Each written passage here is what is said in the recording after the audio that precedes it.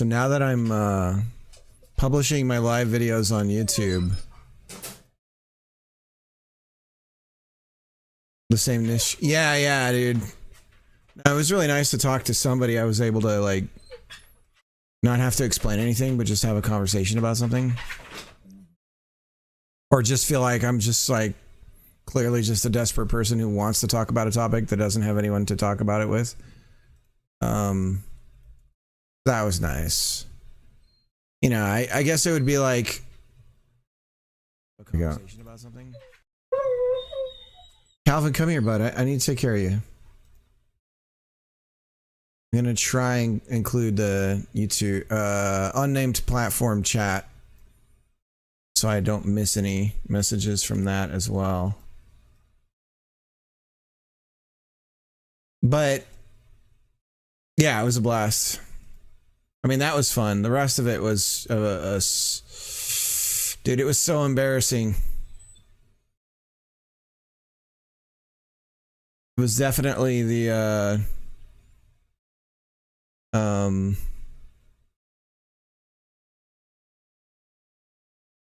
Rex Kwon Do of Comic-Cons. It was bad. Oh, that's weird. It's not showing me. Uh-oh.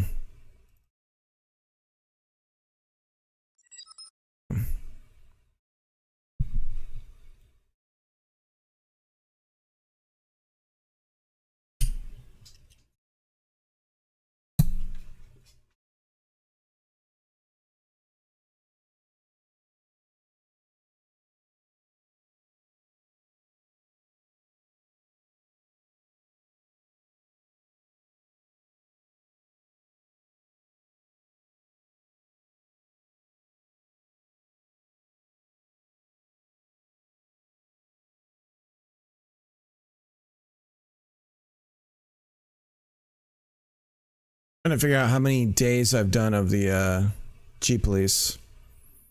I'm gonna check real quick.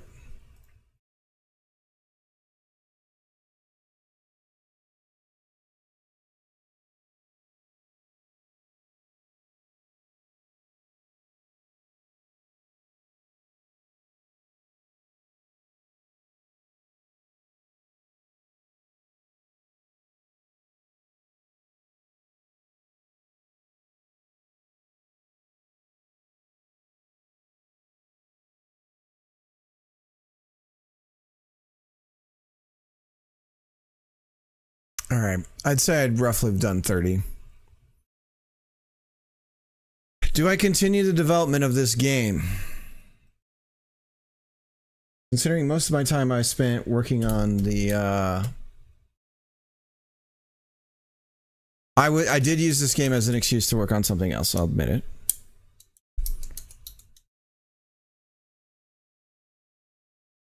I just don't know. This is my problem is like I start working on a game and it's like I don't know that I can like I can't follow this one through to the end. It's not for me kind of thing.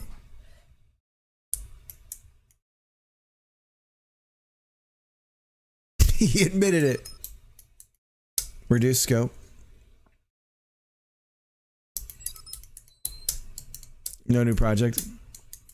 It's not a new project. It's the thing I'm working on with my daughter, though. But I thought I'd give it a good stab of 30 days. I did say after my mom passed, I rethought, like, what am I doing? You know, all that stuff. And then I kind of set on this 30-day thing of 30-day games. I know, it keeps trying to steer me back to tactics. I was thinking about that. I definitely think the puzzle game is something to finish.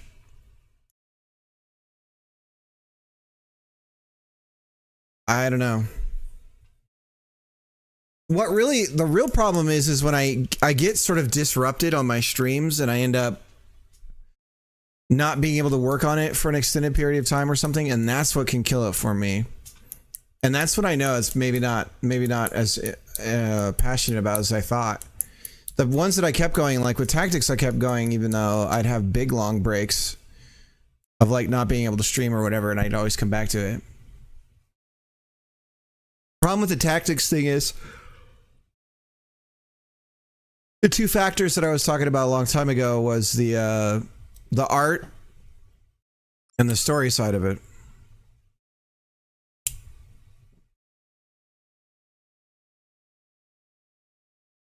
Hardcore FPS where you protect the city.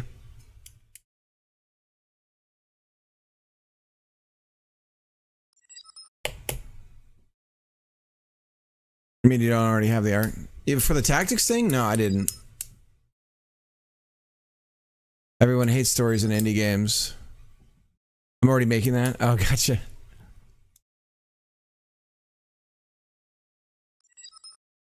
So it's like a city builder. So it's like ActRaiser, but it's like an ActRaiser premise. Was that the one on the SNES where it was like a god game, but then you came down and beat the tar out of things and then went back up again?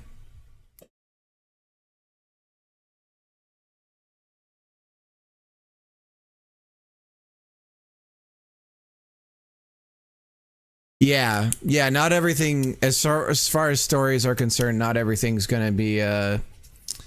What is it? What's the one that everyone was cosplaying at this Comic-Con as, like the dice head guy and all that shit. What's it called? The one that's inspired heavily by Earthbound. Give stories are bogus. Give me big number and fun picture. Caveman like image move. Boobies jiggle. Bikini, please. Loincloth.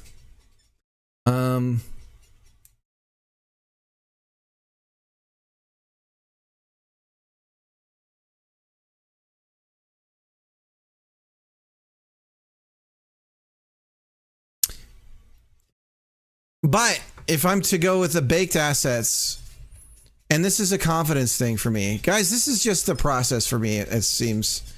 I'm getting more and more where I can just bust stuff out. That's for sure. We've established that I can make a game in 30 fucking days. A decent game in 30 days. I can bust it out. We can do this. Big melon. Good to bury head in.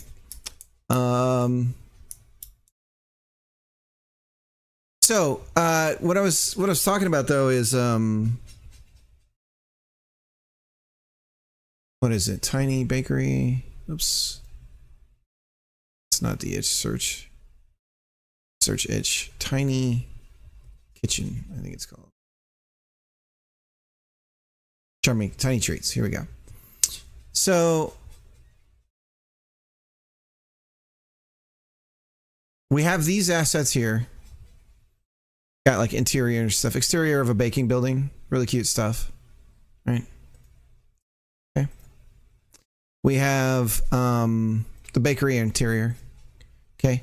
And this is the husband and wife duo of K-Kit, the guy who's made a bunch of the assets that I really like. This is the wife making cute little bakery stuff.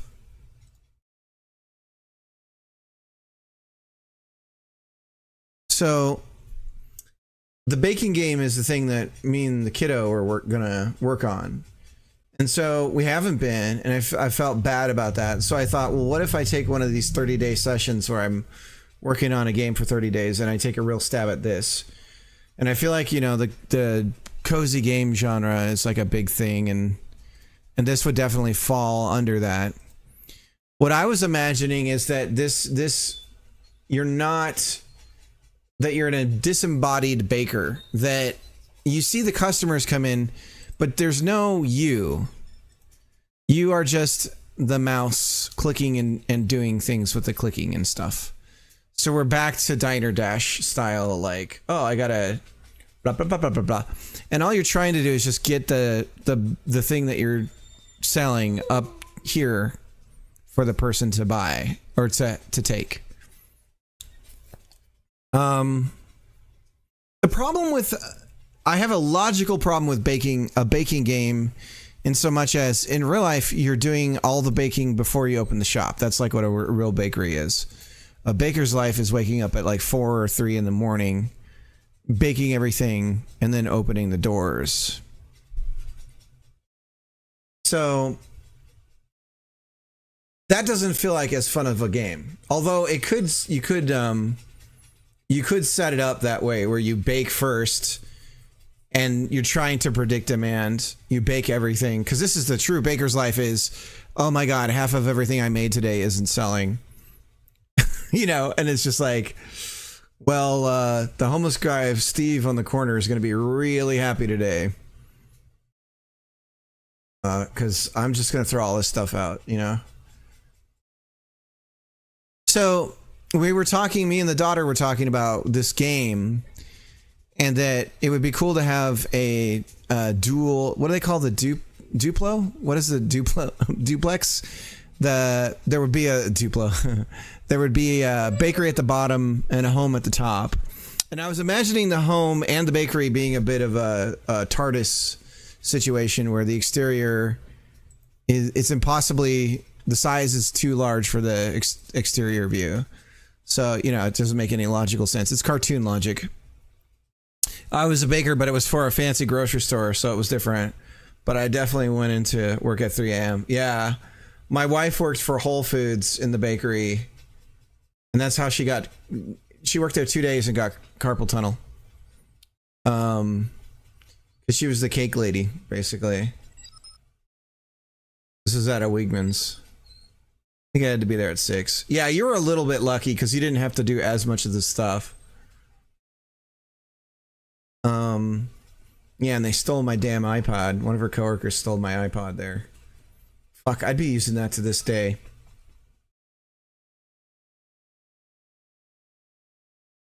Did I miss you talk about Comic-Con? I haven't talked about the Comic-Con yet.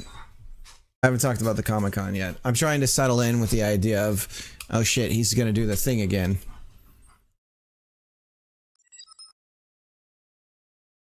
I wasn't the only baker. I think others might have gotten there earlier. Yeah. The big oven scared me. I was almost alone in the store, but I was always worried someone was going to jump out and push me in. Dude, yeah, those open door ones in the freezers, scary shit. That guy that died at that Walmart, was it the oven? Was it an oven or a freezer? It was an oven, right? There's something like that. I forget where that happened at.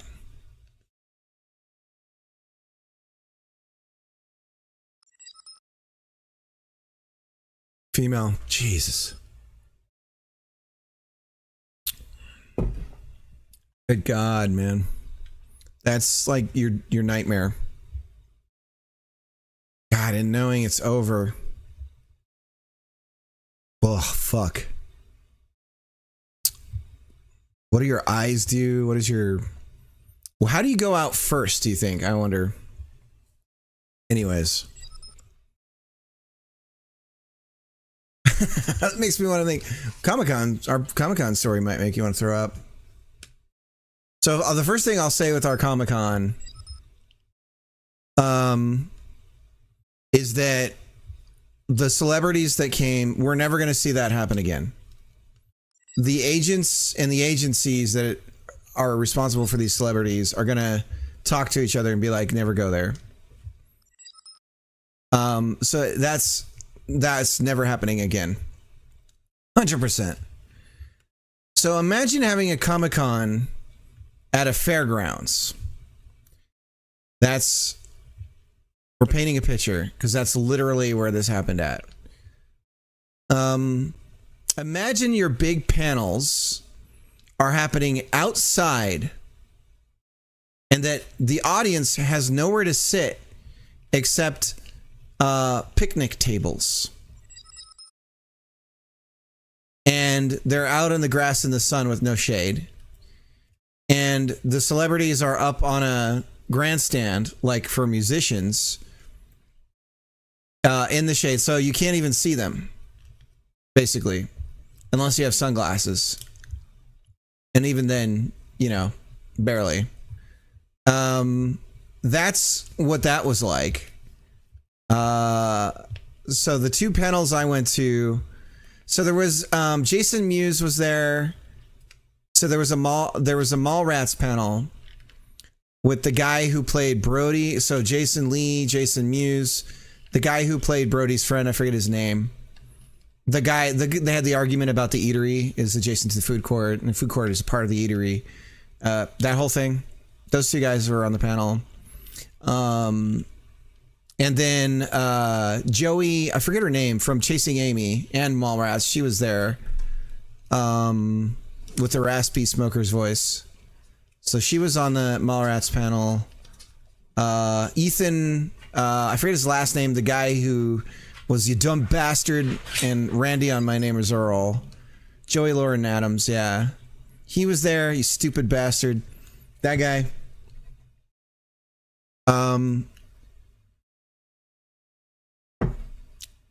Yeah.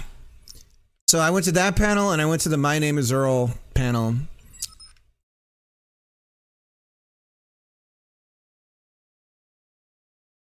I heard her say someone she was going to have a smoke. I would have had a smoke if that, like if I was. So yeah. So here's the other thing. It's harvest season. It's harvest season in Idaho. Do you know what that means? That means flies. The entire con was just flies everywhere. The buildings that everything else was happening in, the merchant things and the celebrity thing and all that stuff, are in all these ag buildings way far away from each other. And you go into them and you're just covered, just flies everywhere. It feels like you're going to eat them if you talk. It was disgusting. And it was hot. And it was just like, it was just such a mess. Without getting into the details, because I know one of the vendors and I know a little too much stuff that I can't say. But the vendor setups was awful. They clearly didn't think about crossover for the vendors.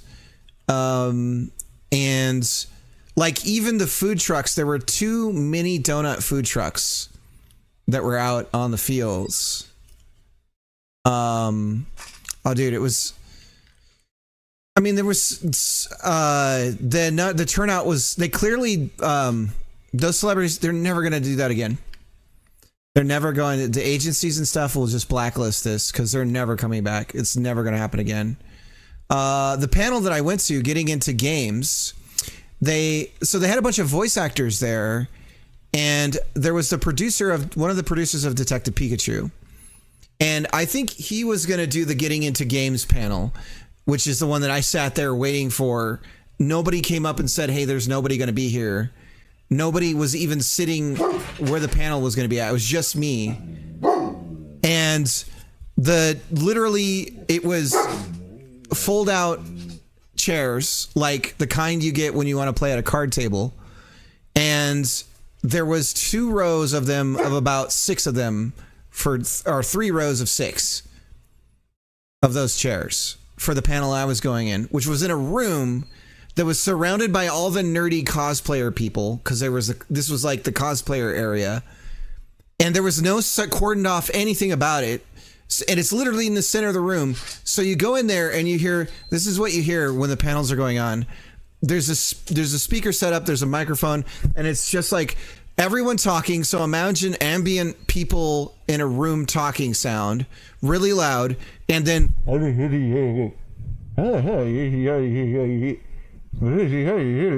and that's like when there was a panel going on, that's what it sounded like.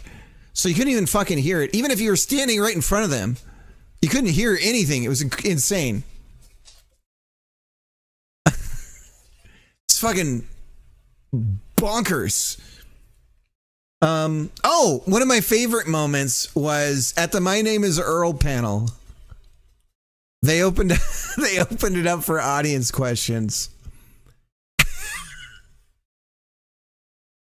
And one of the questions went something like this. It was this long-winded thing about the plot of My Name is Earl, but particularly a specific episode. I woke up, my dad was asleep, My Name is Earl was on the TV. I went to get a drink. I was playing video games or something. He was playing video games or something. I don't remember. He's like, I went to go get a drink, and it was an episode about a car. And there was something that Earl was saying that was like really interesting. And I've never watched the show, but I was wondering if you could tell me what that was about.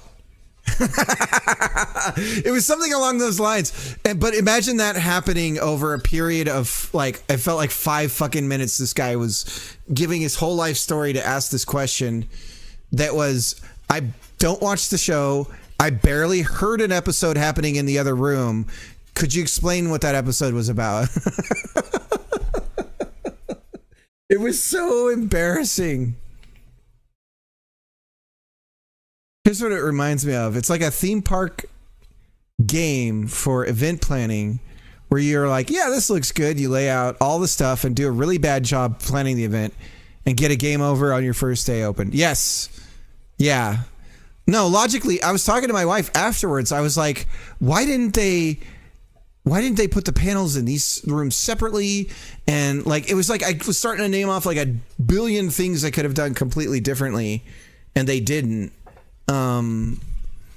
But just, it was in the wrong spot anyways. And there's no place to do this kind of thing here. This area is not right for it. Not for the scale they were going for. And those actors I bet on are on some sort of retainer or something. And these guys are going to probably go bankrupt from how fucked up they did this thing. They tried, yes. If they have any money and any goodwill, there were vendors that had come all the way from Florida and I can't say anything. But anyways, yeah, just a lot of shit. I mean, and that was the other thing, is looking at the vendors and going, oh my God, they're not selling anything. And just like, and it was like my worst fear was like, God, I hope this goes well. Cause you just know this area and you're like, it didn't make sense to me. I was like, how the hell are they pulling this off? Short stock this Comic-Con. Hell yeah, dude. Get ready to, yeah, short it.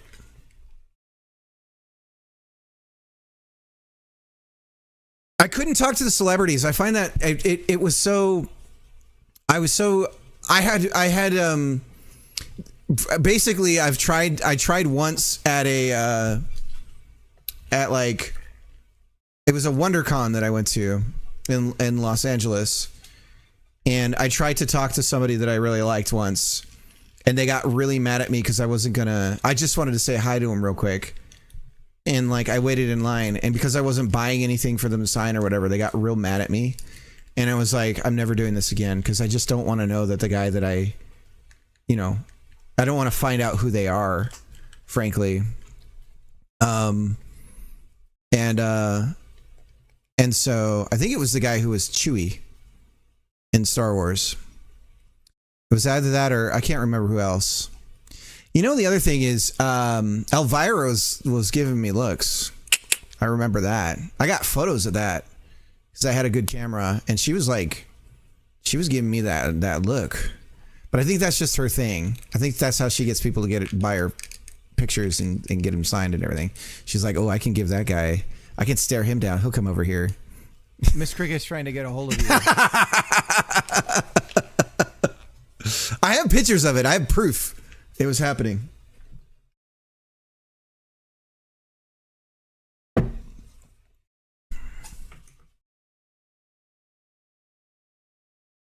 Oh, and the second event. Oh, yeah.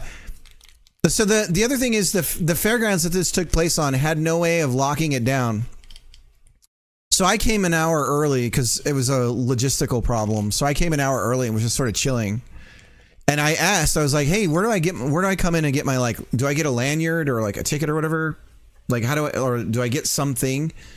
And they're like, well, how'd you get in here? And I was like, well, I just walked in. And they're like, well, and this lady got really freaked out. It seemed like she was going to call security on me. But there was a bunch of nerds with me that were there, and they were clearly like never going to ask. They were too scared to ask for anything. And it turned out that they were like way early because they had some sort of early bird thing. And they were just never going to find out basically what they were supposed to do. So I asked, and so they're like, oh, you got to go to gate 6, which is like way over on an empty lot, like a football field's length to get to this gate 6. So we walk over there. There's nobody there. And they're like, oh. And we get our bands and come in. And then we come in, and then they're like, oh, well, you're supposed to get all this stuff because you're early, like the early bird stuff, like this bag and all this shit. So you got to go over to gate 1, which is over a football field's length away from where we just walked a football field's length back.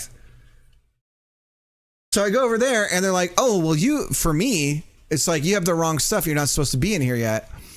I'm like, all right. And I was like, how about I just stand outside so you guys don't get mad at me? I don't want to get accused of anything.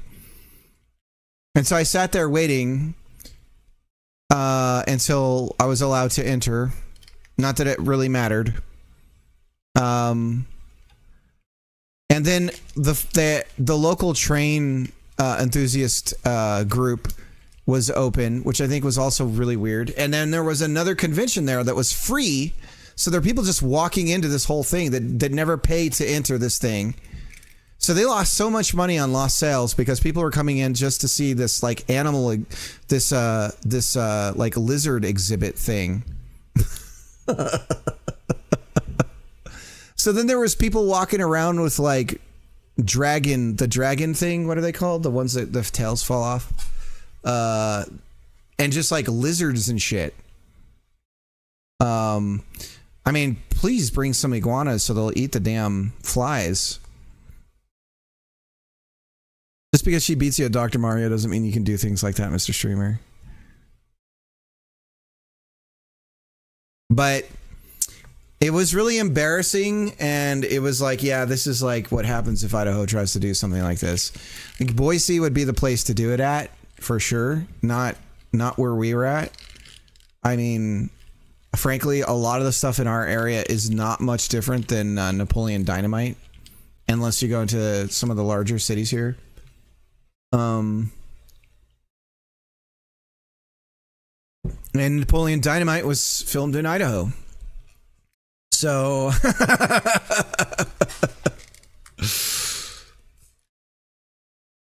but when you see a celebrity at the panel just texting on his phone, that's when you know you've kind of lost it. And the people hosting the panels weren't that good. They weren't really. You could tell that they had like a set of questions that they had prepared, and when it was clear that there was nothing there, they just kept following that. Even though the actors were like, they're basically like, I don't even remember the show. It's been so long. Like specific episodes of stuff I'm not going to remember. That kind of thing. And still, it was question after question after question about shit that they were basically like, yeah, I don't remember. I don't remember. Shit like that. Anyways, it was fun for my son and my daughter, though. They had fun. But I was exhausted by the end of this thing because I just had to carry my son around in the sun and watch trains a lot. And so we were just sitting there watching trains all the time. So yeah, but I can only get so much of it and only have my son, I love him to death and he loves trains. So that's what I'm doing because that's what he wants to do. But it was like they also had this like Lego company thing there. And so there was this big thing of Legos. And so we're just, that's what the other thing they want to do is play with the Legos, which is something we could do at home. So we're in there in the Nerd Flirt booth container thing where all the nerds are flirting. And you can tell for a lot of people in this area, this is the first time this many nerds have all coalesced in one spot. And so they were very they were mating. They were doing like nerd mating calls and stuff, like the awkward teenager, like boy and girl chasing each other and play fighting shit and all that stuff. And so there's a lot of like scream chasing weirdness going on and stuff. Just like really kind of embarrassing.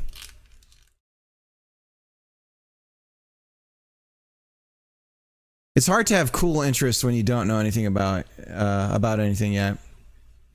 That's how I feel about video games, frankly. Still, like I'm just tipping the iceberg. I mentioned that on the Discord. I love how this stream has turned into just a Giga Chad recounting his. No. I mean, I'm a nerd, right? So, but it's definitely like there's an aged nerd and a young nerd, and there's definitely qualities that are different between the two. I was talking about the kid with trains.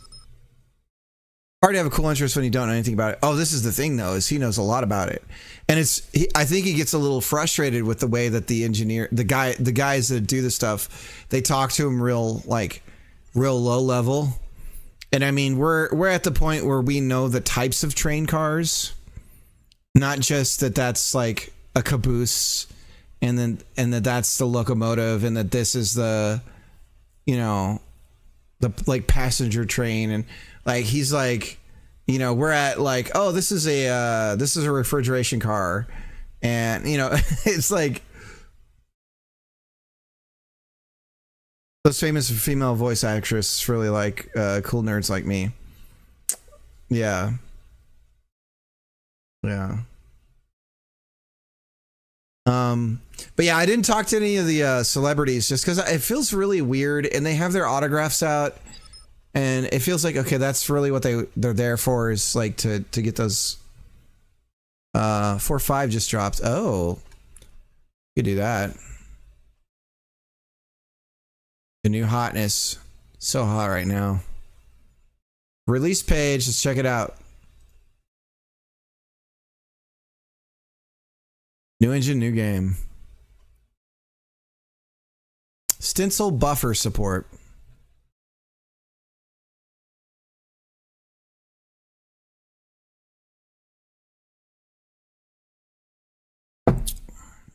Stencil buffer, special buffer that meshes can write to later for comparison. Similar to a depth buffer, except arbitrary values can be written and you have more control over what you do with comparisons. That's cool.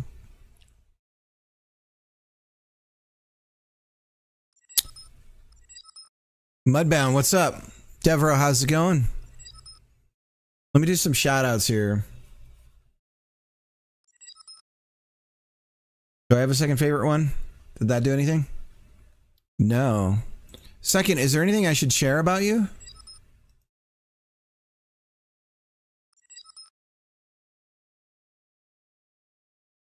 Do you have like an itch page or something? You have a website, right? I could do that for my shout out for you. Todd, how you doing though?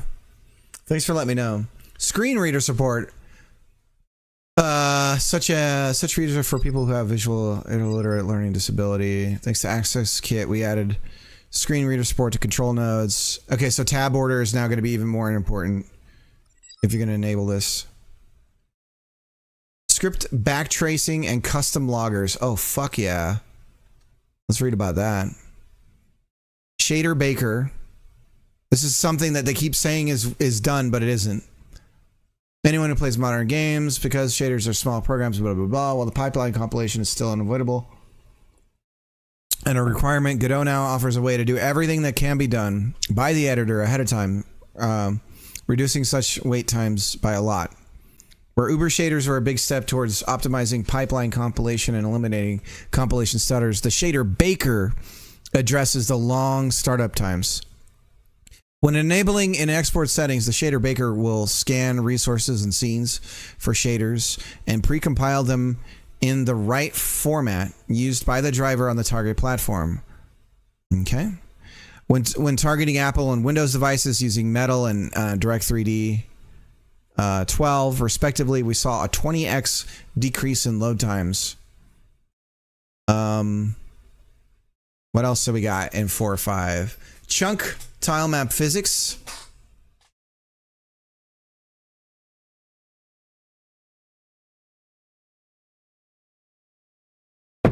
Okay. For a long time, even though duplicate had a deep parameter, people realized that setting it to true doesn't always reliably predict that way in a predictable way. Notably, it does not duplicate sub-resources inside of an array or a dictionary. Oh, Jesus. The new duplicate deep methods for these classes now give users full control over what gets duplicated. This new feature is the result of an overhaul of duplicated logic arrays and resources for developers. I want to make sure that what you want to keep was working intact.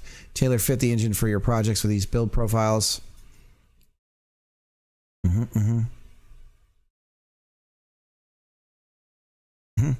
So 4.5 expands on what is detected now.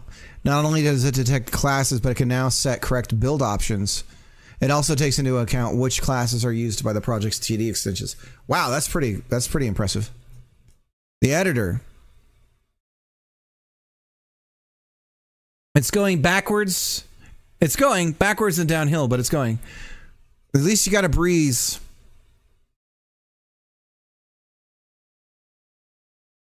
Stencil buffer. Yep. Okay. Stencil buffer is something that I might have to add to my scriptable render pipeline stack to do more performant dithering. Interesting.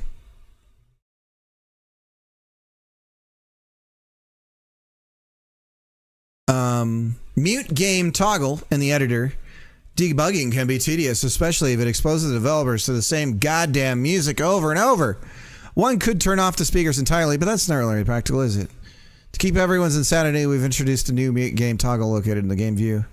May your ears enjoy these new opportunities of quietude. That's nice. Drag and drop resources to scripts to preload by UID instead of path. Control. Okay, so you hold control now to do that. I was wondering if they were gonna... Okay. Allows selecting multiple nodes at runtime. Selecting multiple remote nodes.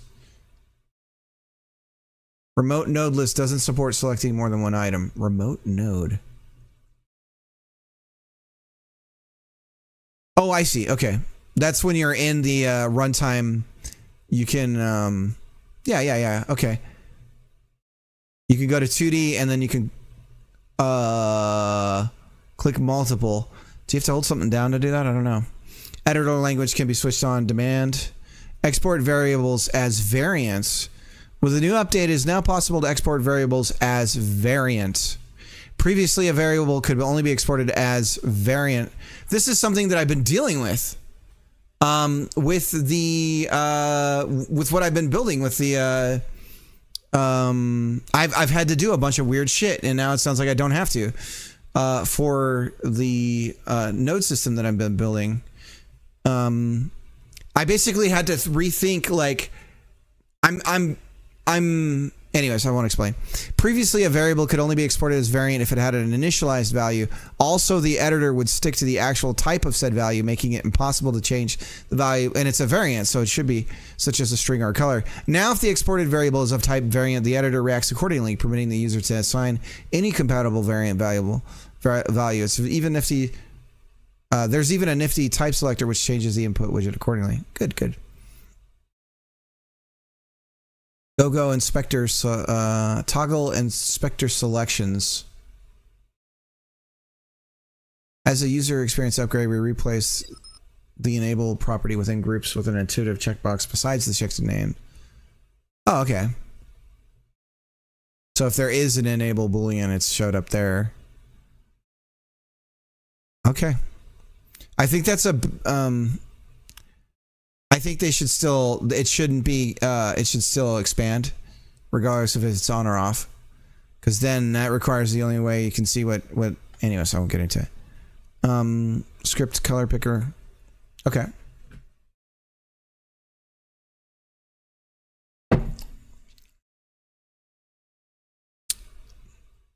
Paste as unique option.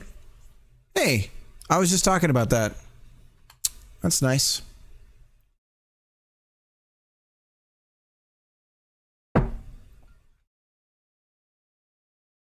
But right now you have to copy, paste, and then right click, make unique.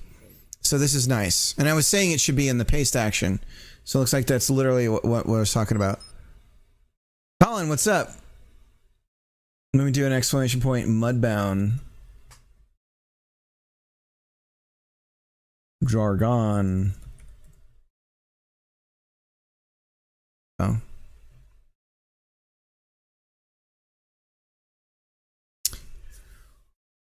Duplicate project straight from the project manager. Append signal resource automatically. Animation player quality of life upgrades.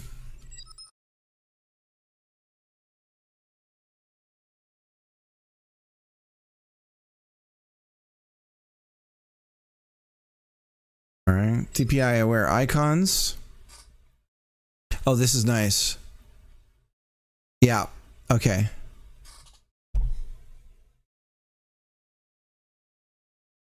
Look at that. Ooh. That looks good.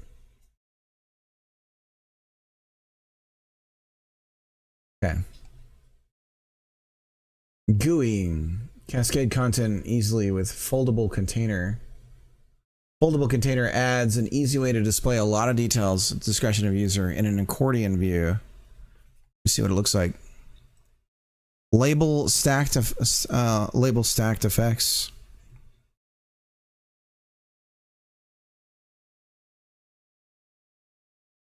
GUI no more. Handle a complex GUI with recursive overrides.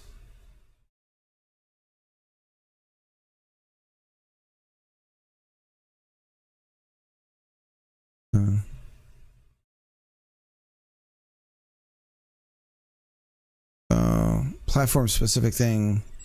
Linux native Wayland sub window support. Sub window support means that Godot can now spawn new independent windows when running on Wayland.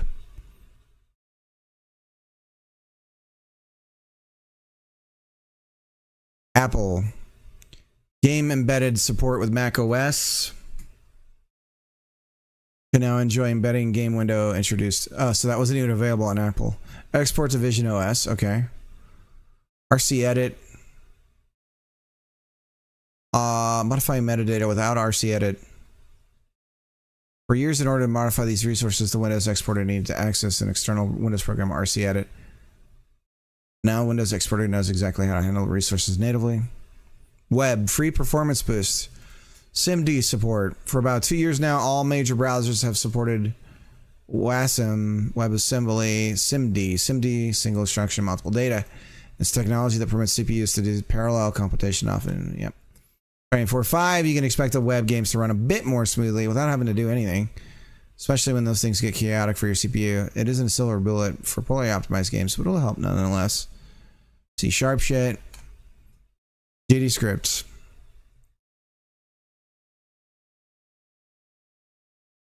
Introducing veridic arguments. This sounds like some made up bullshit. GDScript, for instance, can now accept an arbitrary number of parameters. Okay. That's cool. That's nice. So how does it work? Float, and then you set an array. And you're iterating on an array. So it's still not... Okay, whatever. Abstract classes and methods. You can now declare GD classes to be abstract. Declaring a class abstract means that the class is not meant to be instantiated directly. That means that you can prevent instances of a class, let's say animal, that doesn't have any purpose other on its own to be extended by classes cat and dog. Abstract classes can also have abstract methods. Okay. It seems like you could do this with a ready statement that, well, I just won't get into. This is the latest changelog. Yeah. Main loop callbacks for GD extension plugins to run code at engine-specific queues. For example, there were a lot of issues accessing engine singletons for GD extension, since there was no simple way to know when the engine had started up or shut down. From now on, developers are able to register main loop callbacks from GD extensions such as startup and shutdown. The new feature is a result of our ongoing efforts to bring C#.NET to GD extension, as the port needed to register a frame callback. Animation. Bone constraint. Reintroducing batch editing of assets.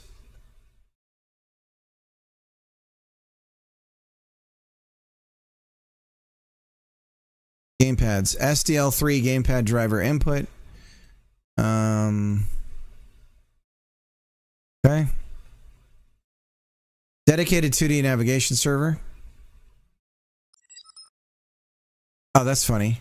Navigation server 2D was effectively a proxy for... Jacob, thank you for the sub. 13-month streak. Jesus. Yo! Let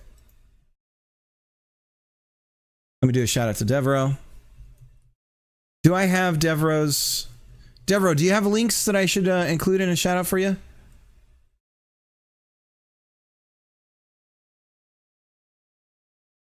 Is it underscore? I don't have any, but I'll just do a shout out. Devro's Unreal and Blender artist.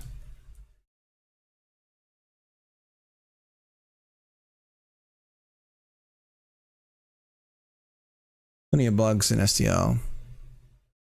Process navigation regions asynchronously.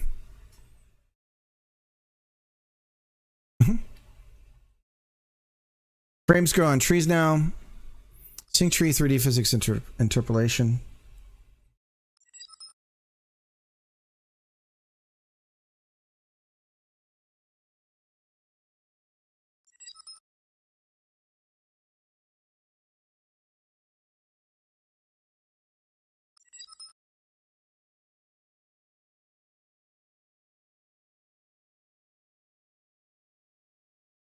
Specular occlusion from ambient light. Okay. Normal blender.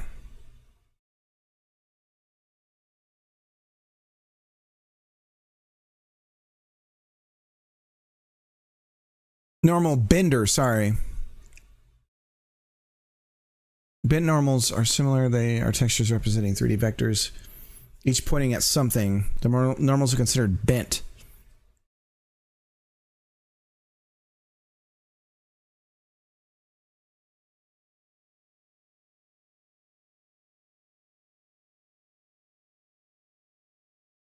XR stuff, so VR stuff. All right. And I broke out a few things I wanted to read specifically. Foldable container, no images for it.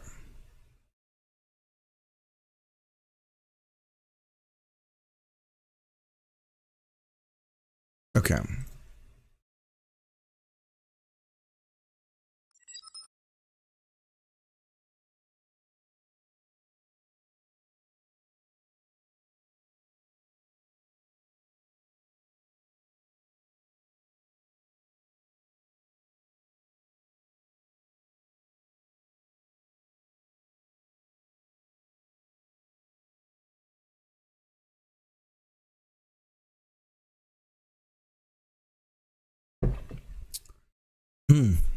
Okay. So you can print trace. Okay.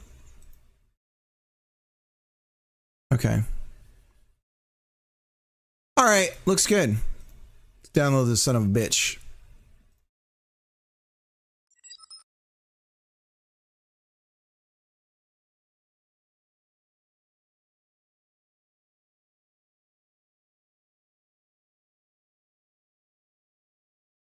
Not really. I do not finish projects. I sell them to my community as the best thing since sliced spread and drop them like they're nothing to show dominance. So we're basically the same, you and I, Devro. I'd love to talk to you about that sometime. We need a game Unfinishers Anonymous.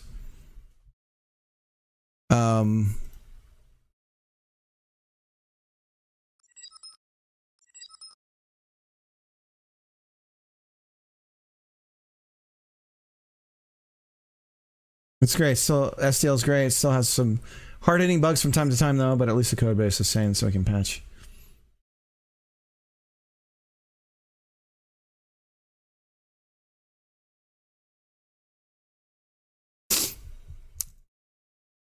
Yeah, I remember everyone pushing me to go to Godot 4, and I held out for a long time, and I still regretted moving over to 4 when I did.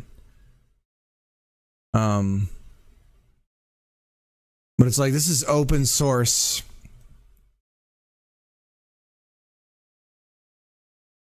An open source stable is like alpha.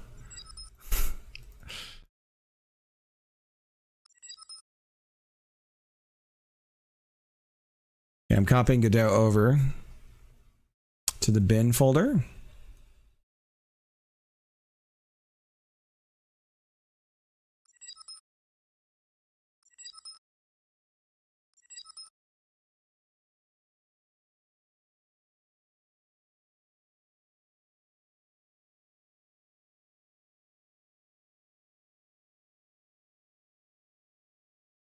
I am exhausted today, guys. I'm a little out of it.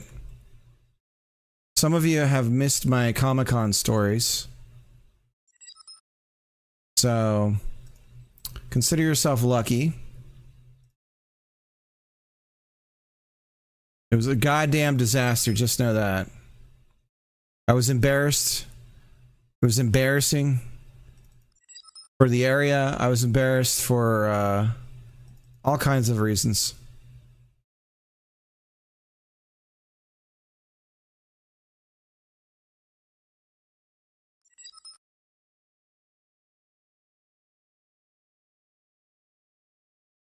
Okay, what's going on? I'm getting a warning to run Godot now. Has anyone downloaded this? I'm suspicious.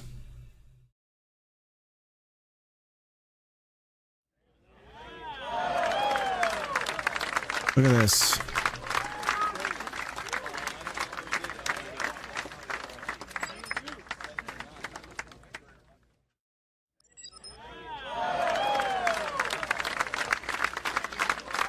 Oh no, I guess I'll run it.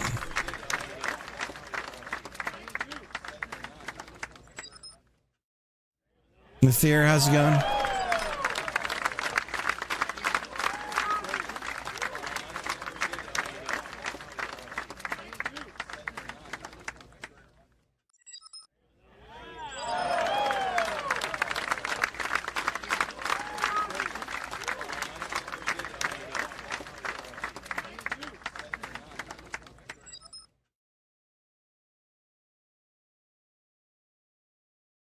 Trying to see where the baking game is, guys. Where is it, guys?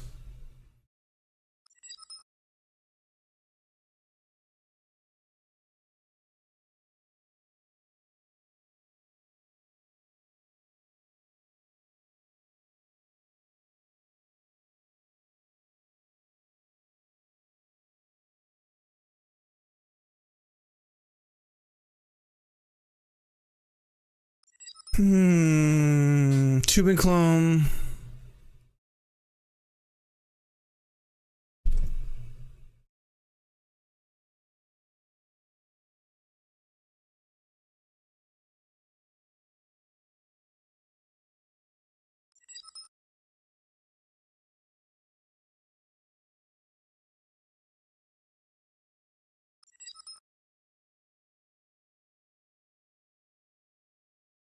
Oh no, I accidentally opened a Rocket League.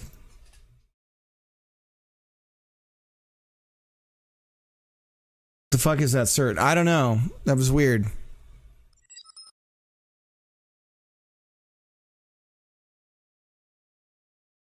Nathir, I'm spaced out, dude. I spent 2 days walking around with my son on my back, so my son on my back with the sun on my back.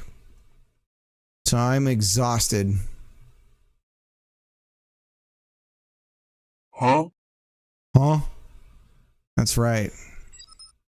You heard me. Huh? Look at all this shit.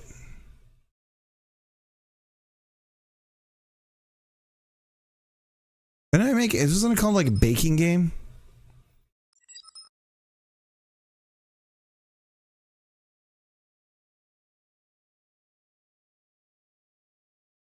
Should we call, if we make a baking game, should we call it Get Baked? Get Baked.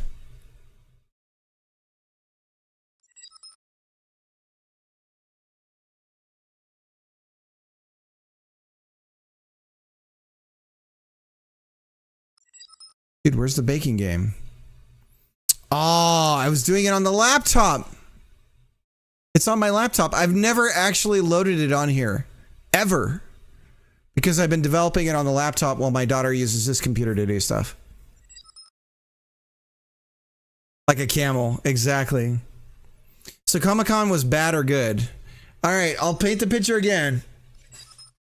Baking bad, excellent, excellent.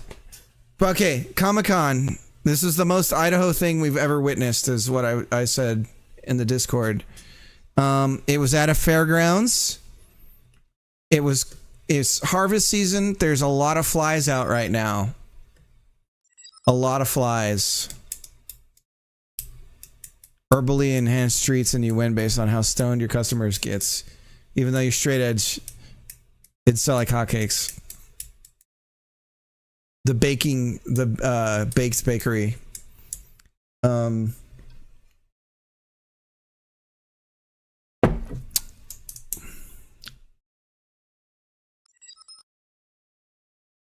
was an SD? No. Flies everywhere. The big celebrity panels were outside. The seats that we had were picnic tables.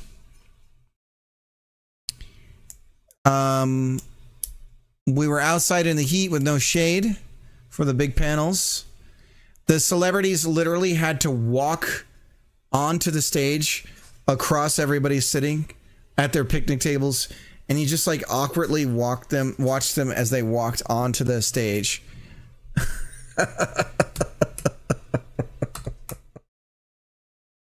I think that was one of the better parts of the...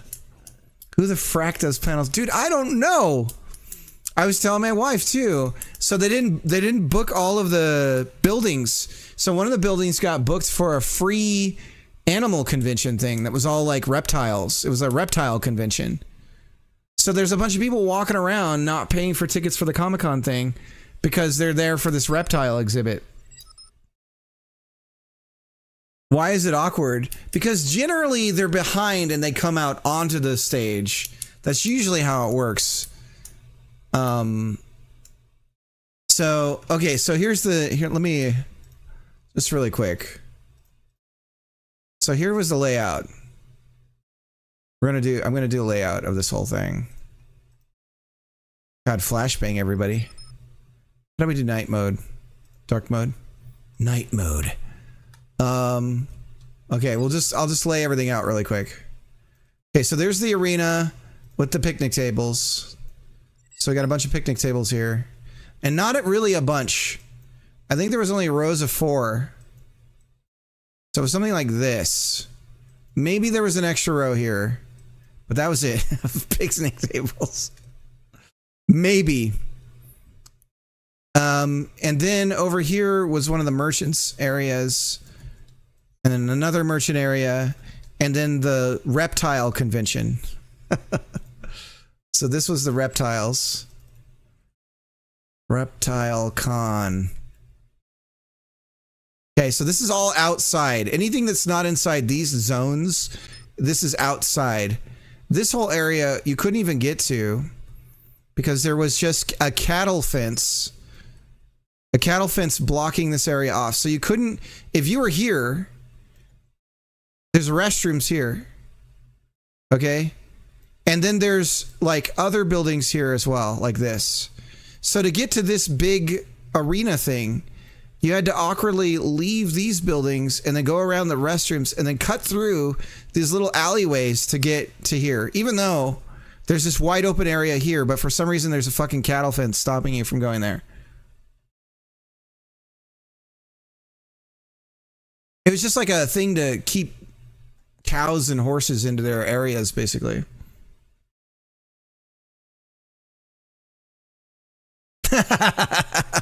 That's funny, Tevro. So these were the two merchant things. And then the parking was a disaster. There was no signage anywhere. But when I got there, I had to walk all the way over here to this like entrance thing. Gate 6. We'll say G6 to get my ticket. They almost called security on me because I was there early and they were like, how did you get here? And they were like getting all upset. It was because they were unorganized, not me. Whatever. So G6, like a G6. So there's a G6 there. So I had to go all the way back over here get my fucking ticket, walk back, and then find out I still didn't have everything. Then I had to walk all the way over here to gate 1 to find out I was too early and they weren't going to let me in anyways. So I sat here waiting with Matilda or whatever her name was from what's the girl with the long hair, the Disney movie?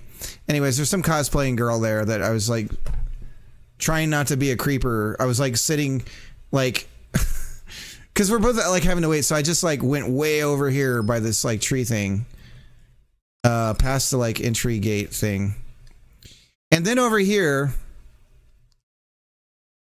So then there's a bunch of food trucks right over here, and then there's 2 places with shade, two buildings that are overhanged with shade. They had taken all the chairs that were here. Oh, that must mean yeah, there was only 8 total then, maybe even less than that. So let's lower that number. So it's more like this, and all the tables from this area here they had taken and put over here for the big panel. And so there was only one place with shade that had tables. If you're eating food from the food trucks that they had out. Food trucks at a con. That's right. These are food trucks. And there was like crossover with the food trucks. There were 2 mini donut food trucks. And you could tell the vendors were desperate by the end. They're begging you to even try free samples. And then over here was like the celebrity buildings. You could call that. And then this was where the panel was that I went to that was going to be about video games, but nobody was there. That panel had a total of 12, maybe 16 poker table chairs to sit at. So this is where I was sitting forever alone, waiting for the guy to talk about how to get in the games industry that never showed up. And nobody was there to say that they weren't showing up. So here's me, not trying to look too eager, sitting here at this chair, waiting for 15 minutes for a guy that's never showing. And meanwhile, this whole area, you're surrounded by cosplayers and shit, because this is like the cosplay area. And they're all talking super loud. And whenever there is a panel here, it just sounds like... Because the speakers are meant for just not what they were being used for.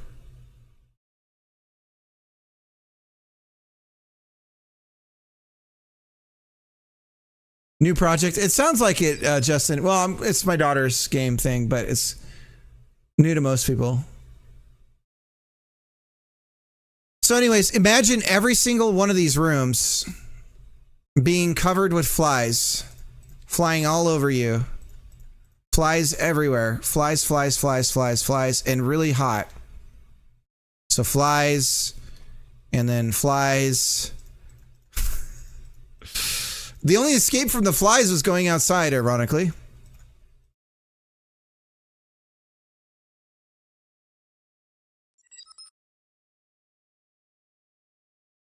And then out here, this is in direct sunlight. So imagine just being... I actually had a hoodie, a sweater hoodie that I was laying over my body as shade, sitting out here watching one of the talks. Because that was the only way to get shade from the sun. I heard hot cosplayers, but we kind of skipped a... Where's the fries from? It's harvest season. So it's from a bunch of food that either just got tossed or whatever in the area. And this is a fairground. So there's just naturally agricultural things going on in the general vicinity of it. It's typical of a lot of fairgrounds in the States, at least. Because they're like pop-up fairs, right? They come and they go. They don't stick around.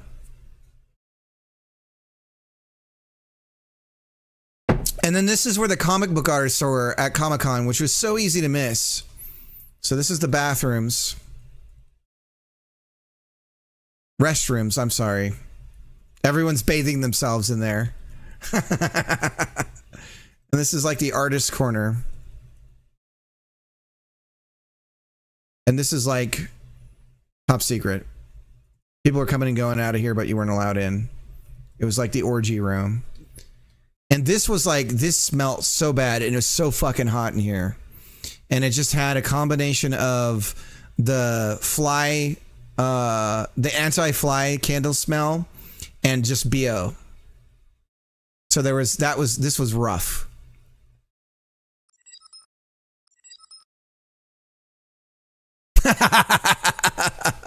This is where the video game guys were, though. This was exciting. There was a local video game company right here. So I was excited to meet them. That was neat. Classic Comic-Con. Yes, sour milk. Sour milk. I saw one guy who was like clearly just a homeless guy just kind of walking around. And he was just like fly man. Like it's almost like they could have just collected all the flies on him. He was kind of like, who's the character from the Peanuts? Who's the character? Pigpen. He was a bit like Pigpen. That would make a great game. Comic-Con simulator. Dude, it would all just be traffic sim. And it would be like that game, that new game where you have to find where everyone likes to sit, so everyone's like happy. Once video games have smells, hell yeah. Yeah, so there was the big celebrities. There was Jason Lee and Jason Mewes and the cast of My Name is Earl and a bunch of the Mallrats people. And so I was too embarrassed to go talk to the celebrities. I've never done that except for once, and they got mad at me. So I've just decided never to do it again. Convention simulator. Just make it a social horror game.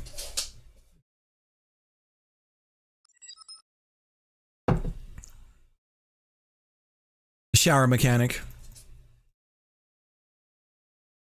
Oh, it's something I'm going to look back on and laugh for sure. But in terms of conventions that I've been to, this was like a train wreck, a logistical train wreck. So let me tell you how it should have been. This, they should have booked this one here. You put the fucking arena in here. This is what I was telling my wife, right? So boom, this building is dedicated to the celebrities, right? Done. This little dinky ass thing, put that outside if you're going to put anything outside. So that goes up there. But then you have these little rooms here. Put the dinky ass thing in here. Okay?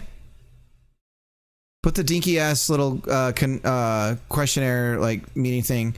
This is enough room for that. This is artist corner. Now, because they had it split and they had a bunch of artists, some were here and some were here. Put them all in this room. All of your artists next to your celebrities. They're on equal footing and they are a second thought, right? So artists, boom. We're already better.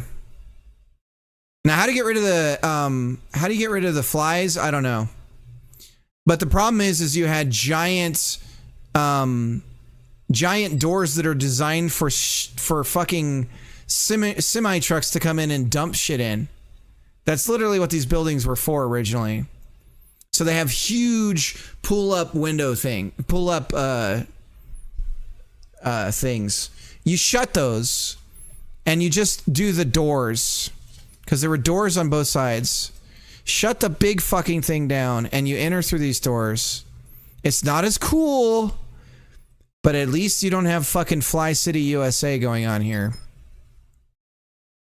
Deodorant helps fight flies. Oh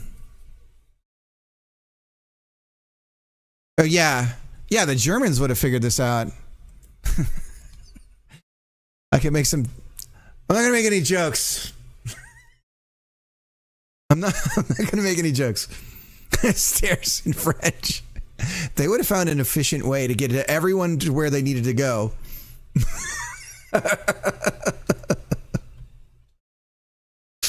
Oh my God.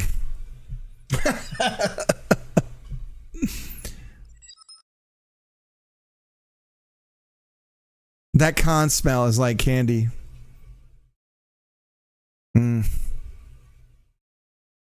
So anyways, this change here would have been it. But the real problem is how do you get the celebrities? So you put this as the celebrity thing. You know what you do? But the whole problem, there's a big fucking problem with all of this. You move this shit over here in these buildings. You move this shit over here. Boom. So now all your celebrities and artists are here. You have your celebrity talking area here. And then you cut this section off here. You wall this off. And then you have a secret back area that's walled off. And now your celebrities, when they're ready to go to their little talk, their big panels, they go around outside to the secret area that's fenced off to the panel talking area. Fucking done. It makes me think that the people that plan this at no point just got a map out of the thing and thought about it.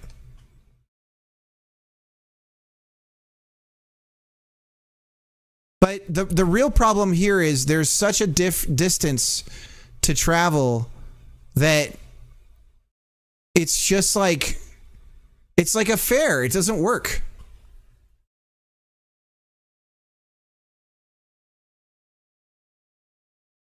Plot twist. He brought the flies to the con.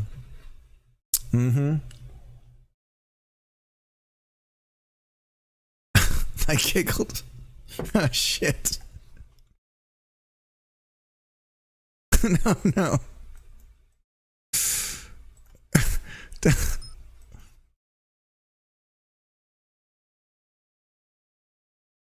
Let's see.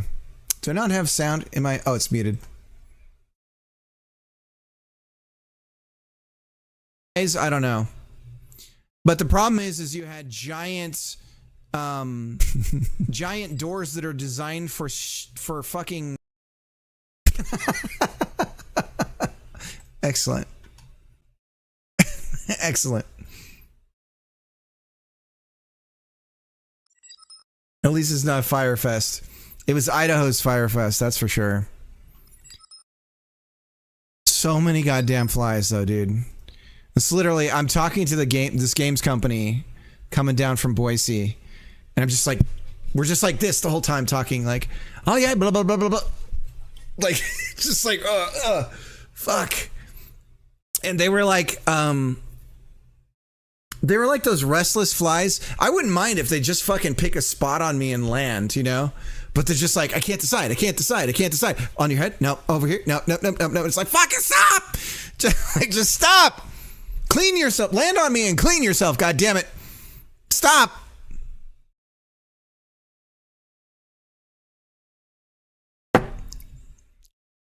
Anyways. And then the whole time, it's just me carrying my son on my shoulders. So he's just sitting on me like this.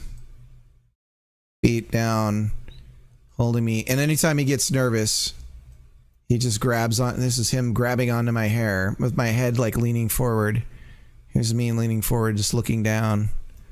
And he's all up and about like, yay. And I'm just like, oh, God, kill me. And he's using my hair to steer. That's what it was like. That's where your hair goes. So, my artist's interpretation of what that was like. It was bad. And the whole parking situation. The other thing is this thing is roughly closed in with some gates in some places, but you could just walk in. So they had no control over people coming in. They were coming in for Reptile Con, which was a free convention. And then they were just walking around at the Comic-Con stuff. So they weren't even collecting the volume of ticket sales that they should have been. Because people just like in the area and everything were like, oh, you just drive down there and go in. I want to go to Reptile Con. Yeah, there were people with like Komodo dragons on their shoulders and shit walking around the Comic-Con.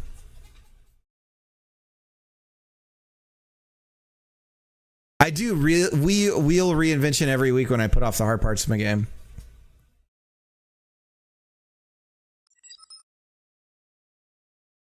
Anyone do anything for Handmade? They put a con in another con? Yep.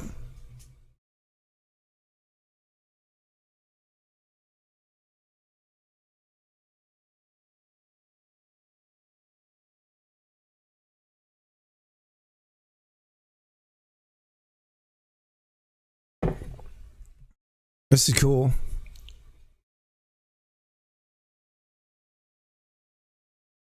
This is cool. This looks like an album cover. This is fucking dope, this one.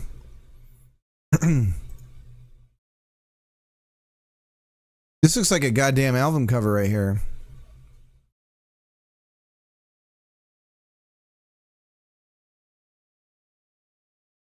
That's so cool. Like an Aphex Twin album cover. Look at that. Cool.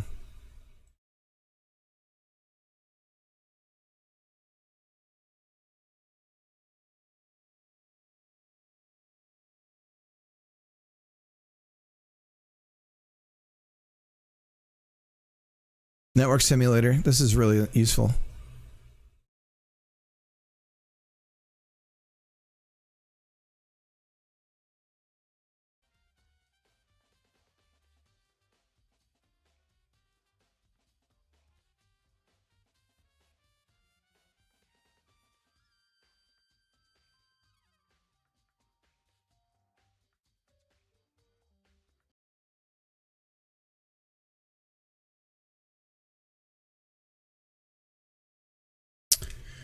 All right, guys. Long story short,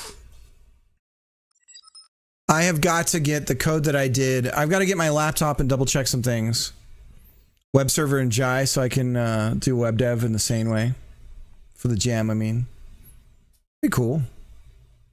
I mean, if I was doing a first time C or Jai or Odin or whatever it was that I was doing, it was like memory management, I would probably try to do an HTTP server. Would I go back to that con? If it was held in a different spot, but if it's still going to be there, I wouldn't go back. There's no way. I don't want to be rained on to watch a panel. You know what I mean? And I don't know how much of the lesson they're going to learn with like the layout or anything like that. I mean, they should have, from between day 1 and day 2, restructured. That they didn't change anything between the 2 days is like bizarre to me. Hit me up if you want to. Okay. Yeah, I'll let you know.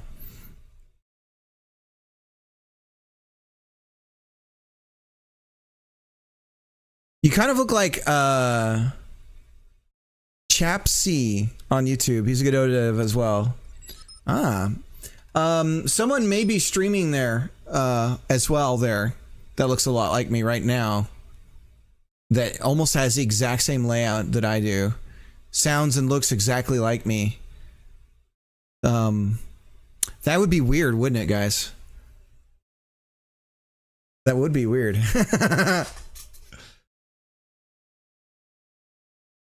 What would you change? Release huge amounts of frogs? We need, we need a lot of predators. What I would have done is co-opted the reptile convention and had everyone sit an iguana or some sort of fly-eating reptile on their shoulder. Everyone be armed with one on their shoulder. You're required to have one with you when you enter into any of the buildings to reduce the fly population.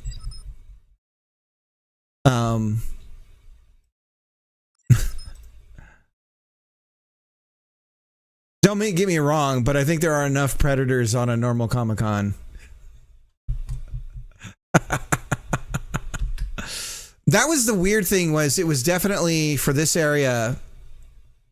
I was talking about this earlier. I didn't mean it in a mean way, but there was like, it was like the nerd mating area. The whole Comic-Con was this thing because like, I think that in this area, there's a real dry spell for like nerd culture to exist in a safe place, basically.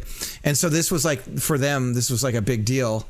and there was a lot of like nerd mating calls, I'll call it, where they're like screaming at each other and chasing each other and you know, teenager, like weird teenage flirting. I felt like, who's that German documentarian guy? Herzog or whatever.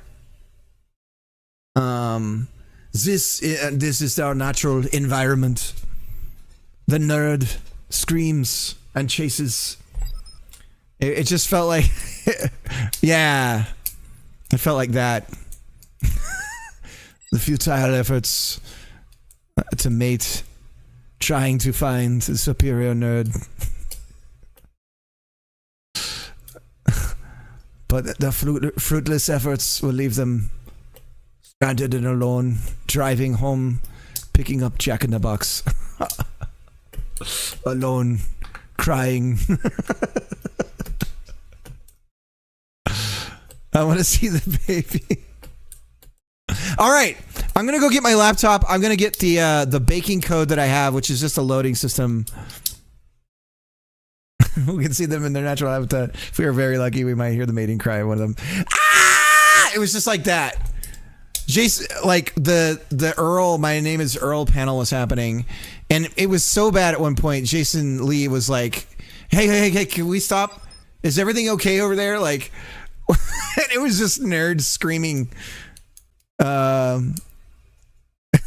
It was just like, I was so embarrassed. I was like, this is fucking embarrassing. And then like the local credit union had this ridiculously loud truck playing video game music that you could just hear everywhere you went. All right, I'll be right back.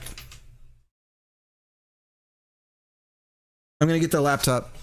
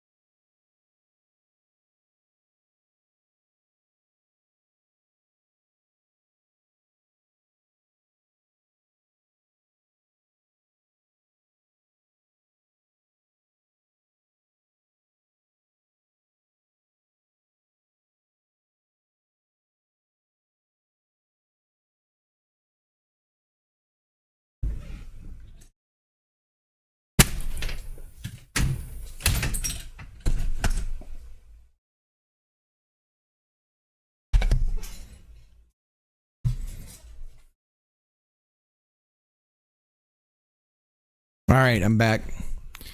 Now I just got to make sure I committed all my code, and then we'll get it pulled down on here, and we'll get to work on this. So I think that I'm going to spend the next 30 days working on the baking game with my daughter. Ugh, that was gross. So we'll focus on her thing. I think for all of the game stuff that I've been like talking about doing and working on, that a cozy game is, and as far as assets are concerned, a combination of all these tiny treat things and everything is the most complete set of assets that I have to make a complete idea of a game without having to build anything art-wise whatsoever.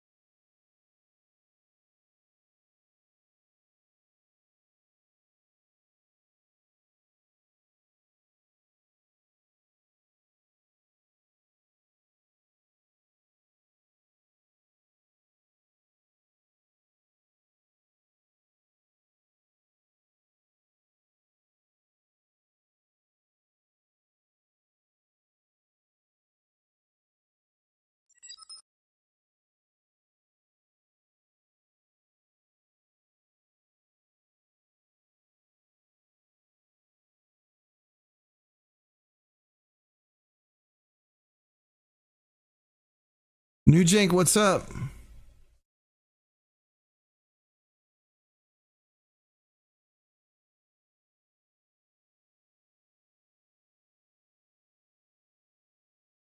right, that's not it. This is weird, guys. I can't find it.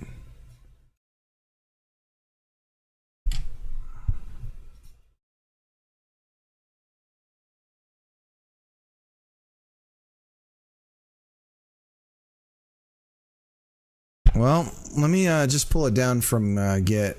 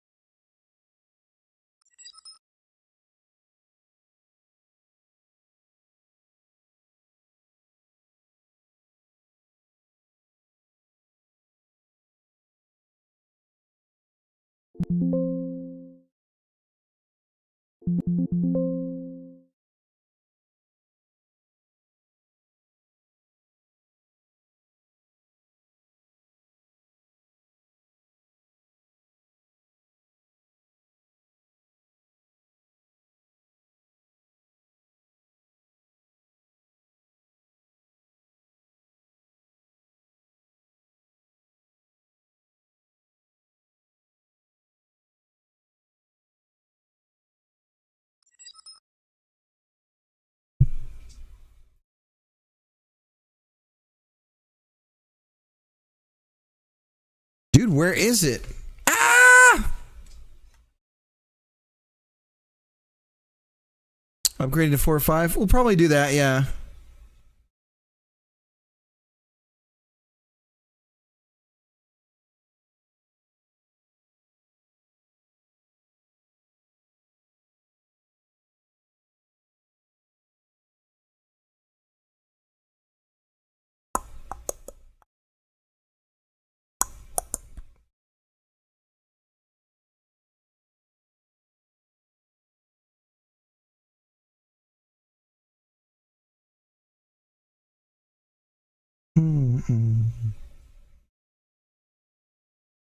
Guys, this is weird.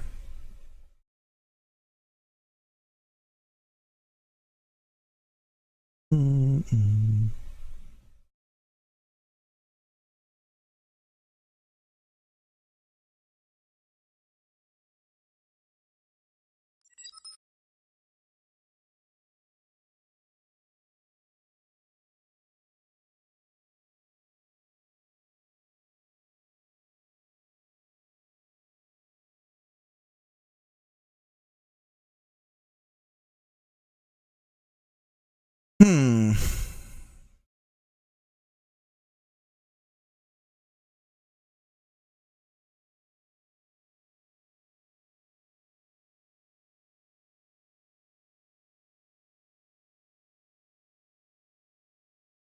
I could have sworn I wrote it here. Wasn't I coding on here? I wasn't coding on the laptop. And I could have sworn it's in documents.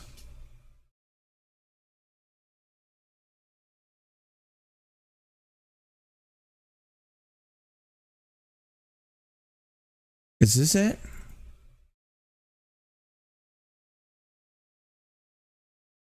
So it shows mono.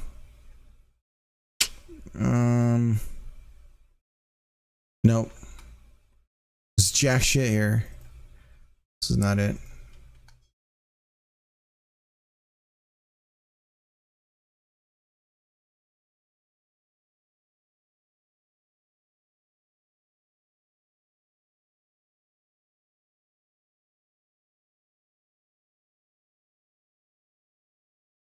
All right.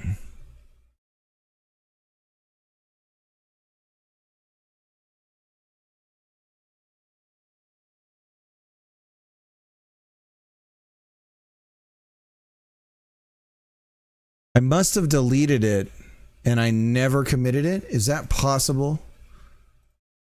That sucks. There's no way that I would have done that. What did I call this thing? I seriously have this many projects now that I can't find.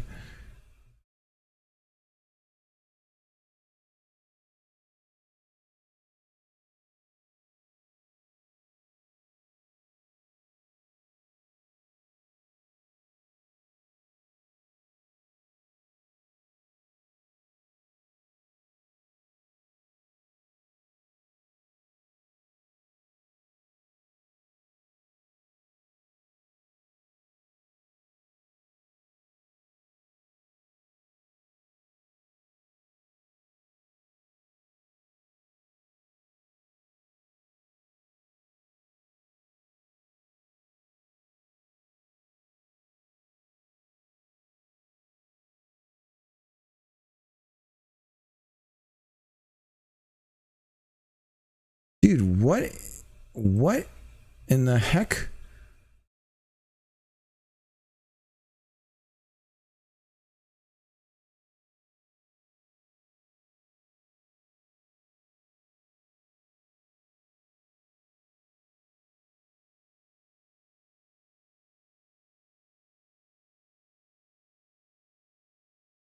So the start of my stream right now is me trying to find a project that I worked on that I didn't put in my default folder. This is good, guys. This is called dead air. This is what you want to do when you're streaming. Is you want dead air. Oh wait. Folder is empty.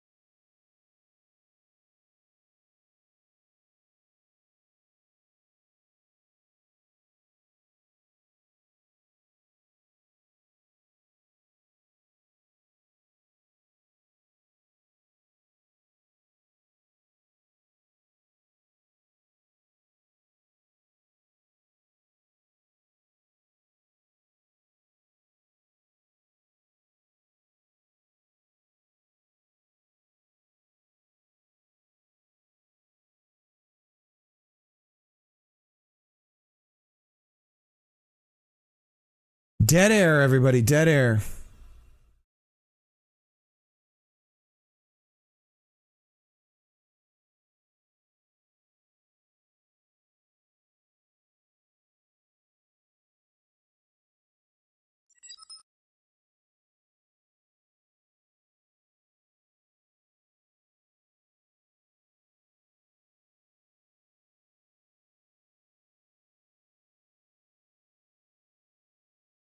Oh my god, it's in the root. I think I found it. How did this happen?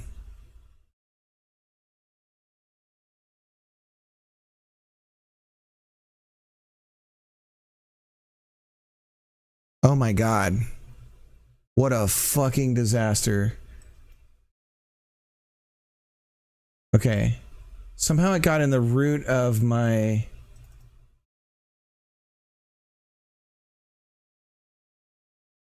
documents. But I had bets on empty folder. Serious.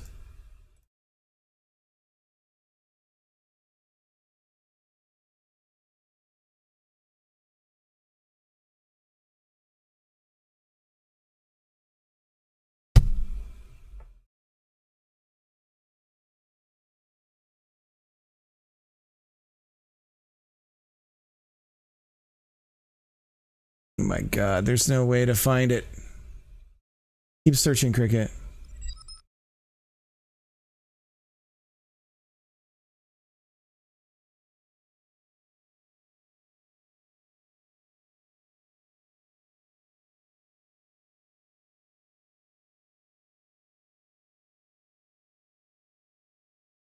No. Guys, it is just like lost media.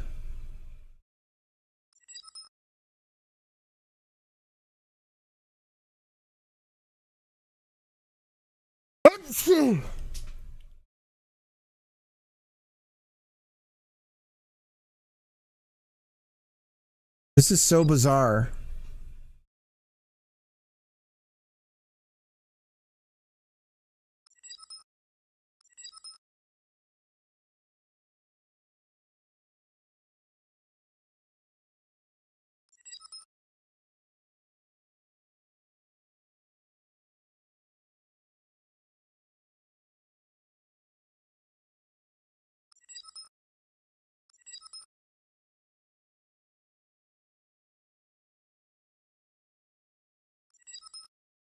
All right, well, it doesn't matter too much. It's all right. I hadn't even really started anything. We'll just start from scratch. No biggie. I have the code that I use for the loading system is so ubiquitous in my work now that it's not that big a deal. So this, I mean, just a working title for this thing is just going to be like, what do we call this? Cozy baking game. Just for now. Forward plus, sure. I don't know. Sure, why not? Els, what's up?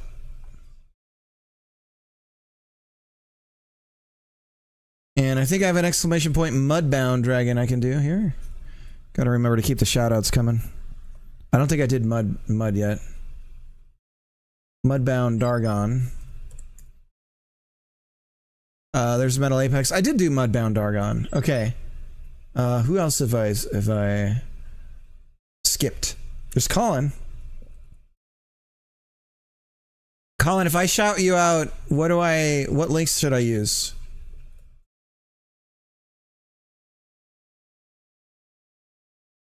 It's happening, Pagorli.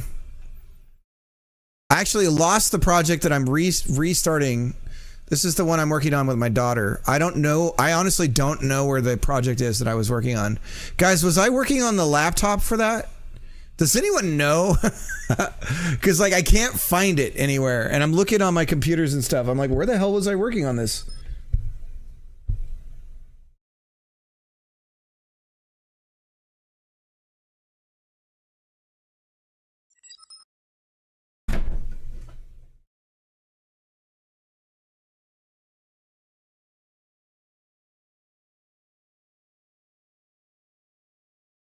Oh, thank you. Gemma made these.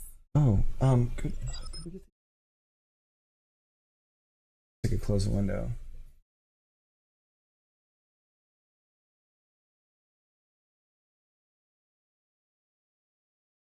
Ooh, let's see it.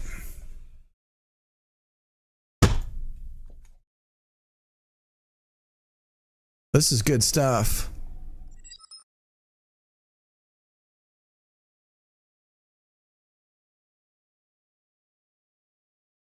So you're gonna do some streaming tonight?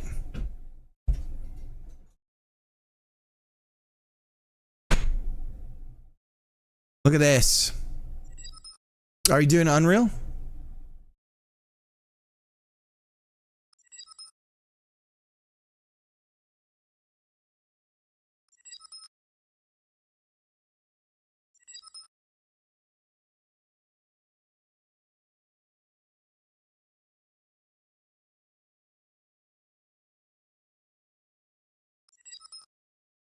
So is this Little People Big World kind of stuff? Like, is this are they supposed to be like mice or something?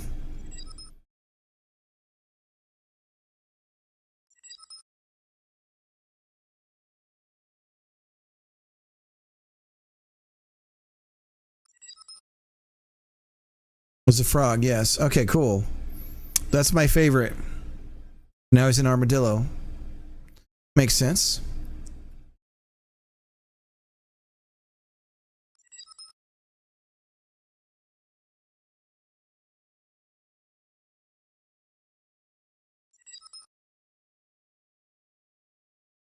An absolutely jacked cactus that shoots little cactus. You gotta stay away from that though. The PopCap guys will get you, right? Is that PopCap? No, EA has it, right? For whatever the hell I'm thinking of. Modeled and textured, nice.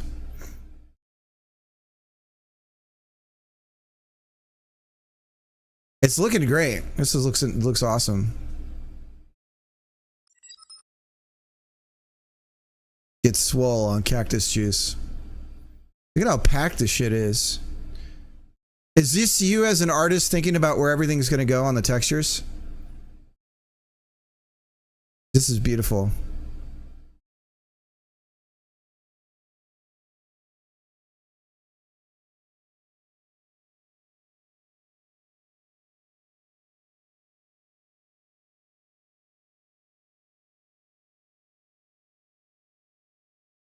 Okay, so let me give a quick rundown. This is something that I was working on with my daughter.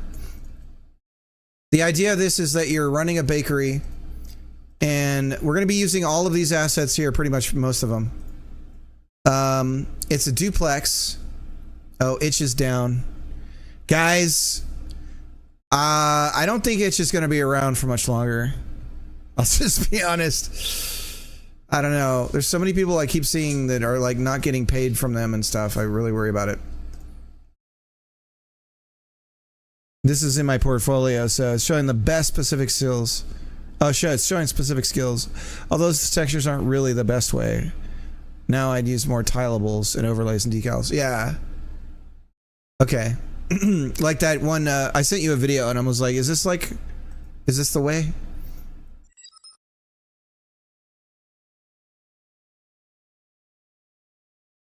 So the idea is that the bakery, it's going to be a duplex. You're going to work downstairs and live upstairs. The building is going to, since we're using the assets that we have, the building is going to be a bit of a TARDIS. And on the inside, it's going to be bigger than the outside. Okay. So there's an upstairs and you'll be able to like buy things, and it's basically like capitalist consumerist, the game, where you're selling shit in the bakery, and then you go up here and your home is where you buy the stuff, you buy your IKEA stuff and live your perfect life of consumerist fantasy life. And then running the bakery, I thought we could have characters come in and out, but you as the baker are a disembodied character where you're not actually seeing anybody here, and it's your job to just click on everything, click, to do the things to make the game happen.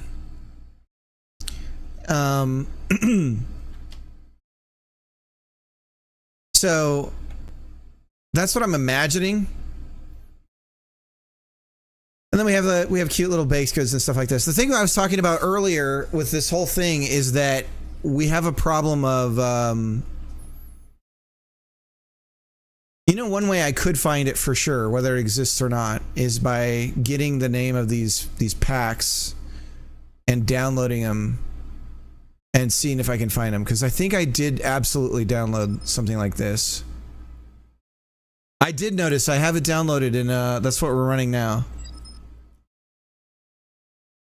Yeah, I did a rundown of all the new things in it. Hilden, how's it going? Let me do a shout out to New Jank.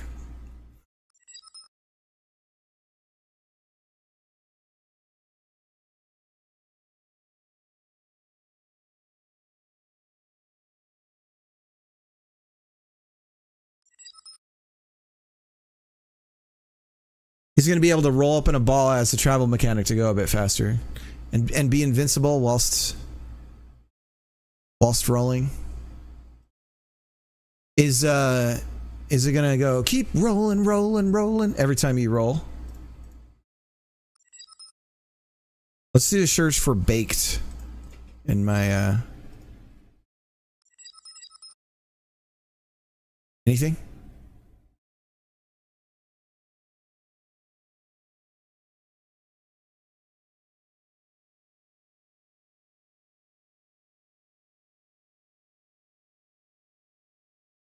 Just what I downloaded. And a baked potato. Search on Linux here. Let that roll.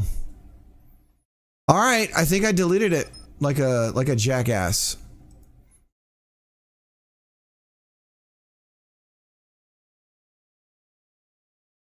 But for sure we're gonna have like you a lot of these games. Okay, so here's the problems with this that I was thinking about from like the gameplay side is a lot of this stuff you're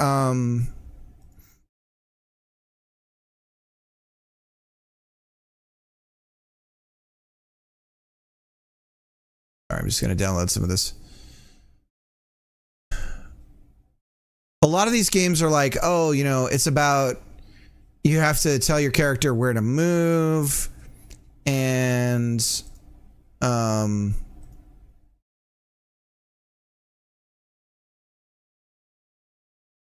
it's all about like getting them around and stuff like that. I guess if it's just slowly a clicking game, is it really that big a deal? Do I just make a game that I think would be fun to play? I think that's probably the way to go. I worry about looking at cozy games and getting too influenced by how they're doing things. Yeah, we could do some cute little plants. There's probably something in here we could use too. But like decorating, so what I'm thinking of is like decorating. Yeah. Yeah, I agree with that, Greg. Yeah. So I was talking to Greg about this, and real bakers wake up at like 3 or 4 in the morning and you bake, and then you open up shop. So do we have that as the game loop where there's like so a lot of these games, there's like it's like an onion peel, and the game loops are like primarily you're going from your core game loop. You know, you've got your inner loops, and it's just like, oh, the actual act of like running the restaurant. And then it's like, oh, and then a customer comes in and there's a loop there, and then the end of day is a loop. We were talking about this with the baking game, the tactical baking game we were talking about, right? But I think this would be, if we do it like a real bakery, it's almost like they're humps, and it's like there's like this loop here, and then that's over with, and then there's the start of the day that you sell on, right? And then there's like you come home and you put your feet up, and then this is like the whole thing. But it's not like they're like one inside the other. You can't really think of them that way because they're like different events. So it's almost like every day has, first you get your mise en place, right? You get all your shit ready, and then the day starts. So this is almost like, how much baking can you do in here? And then whatever you have to sell, you sell here. And then you earn your money, and then at night you can go and shop at your Sky Mall catalog or whatever, and then get everything to make your house pretty. Make the part where you move the furniture up the stairs quap like. It's just as hard as possible. Like literally the game is this fun, chill game. But then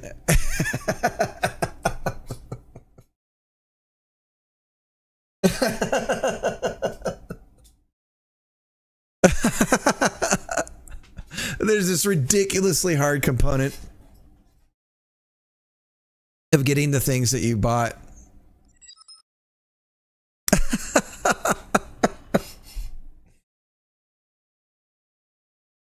Oh my God.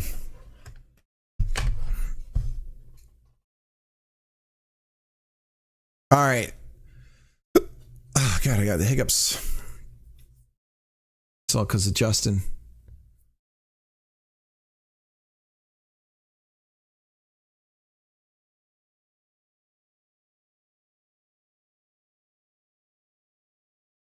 Anything else here?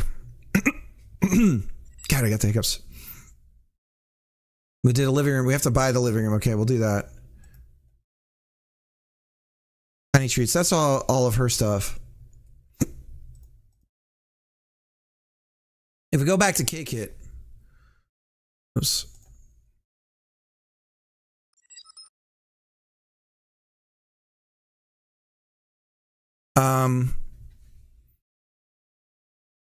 So we have these different character packs. We have to somehow make this work for this. Do we just have adventurers come in to buy sweet cakes and stuff? I guess. Skeletons. Just bad looking dudes coming into like the biker gang, basically. Sure, why not? And then the other thing that we can use in this whole bit is the restaurants. And I have this whole set here that we can use as well.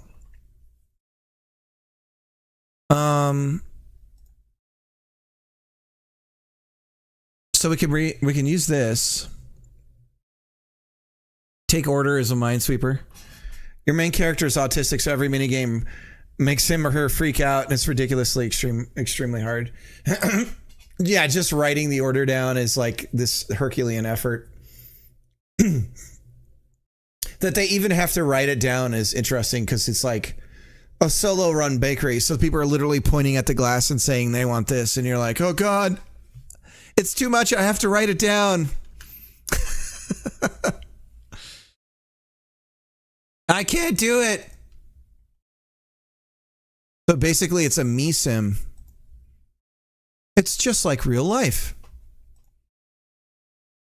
Okay, so we've got that one downloaded. So this is the one I own. So let's download the bundle. Okay. So we've got pretty much everything except for the characters going. I played Fast Food Truck Simulator. The amount of times I triple check the order is insane. Because is the bonus really high, like the tip or something that you get?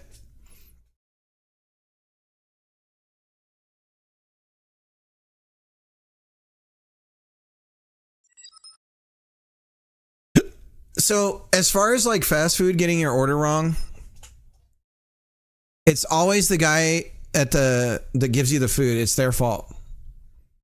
100%. It is almost impossible to screw that up, except for when you put it in the bag, which is the easiest fucking part of the job that has the most goddamn mistakes. Sorry for cussing. It is so frustrating to be so good at the other part, doing the line and everything. It's almost impossible to get that wrong because of how the packaging works. A lot of this stuff is reinforced by the thing you're picking. And so, you've been cussing all day. It's true. So it's so easy. And then the guy that's like, oh, I got my headset on, I'm super important. It's just like, la-di-da, this looks like a hamburger, la-di-da, and they just put everything in there wrong and then give it to the guy. Oh yeah, I worked there a long time ago. I worked at Carl's Jr. when I was still in high school, so I was probably 16. Something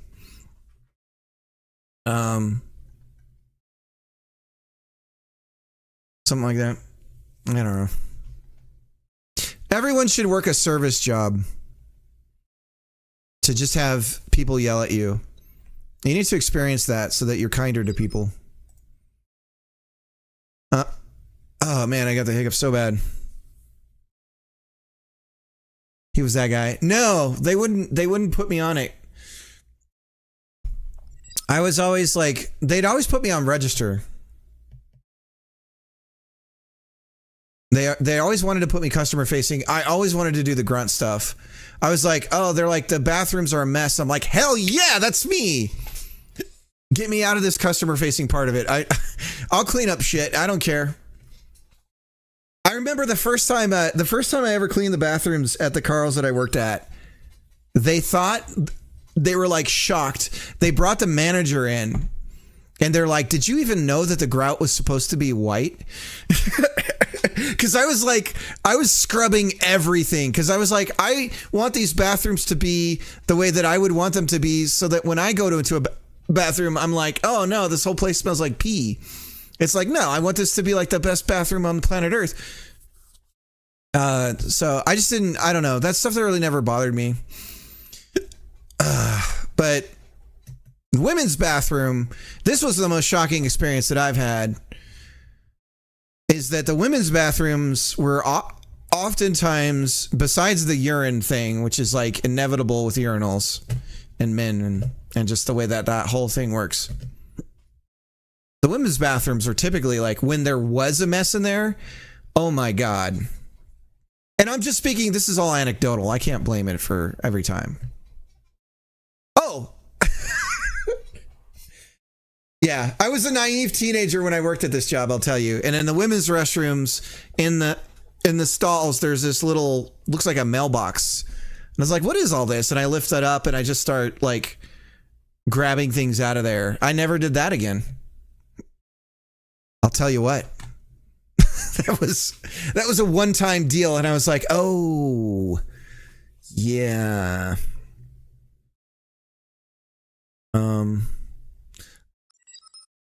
Luckily you're wearing like gloves. I tell you what. Yeah, that was interesting. But I think the other thing about women's restrooms is typically they're bringing in the little kids and stuff. And so, because sometimes there would be like, I'm not even joking, it would be like the shit had like sprayed onto the wall. And I was like, how is this even possible? Now that I have kids, it's like, oh yeah, okay. This makes sense. Never check the mail. Yeah, never check the mail. I'm having flashbacks now. That was a long time ago. Anyways, worst thing that happened at that job was the manager. This was like my second week there. The line. So everything in Carl's Jr.'s. You really question the education system if you worked in a customer related profession.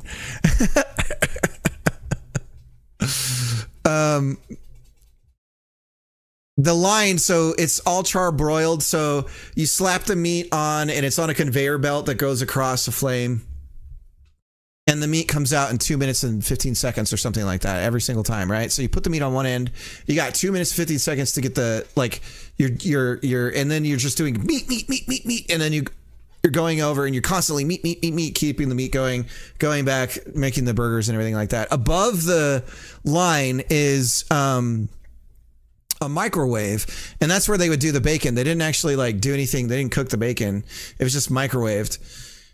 So my boss, the like manager of the store, is like microwaving bacon, and she goes to pull it down and she spills it, all the bacon grease, all along my arm here.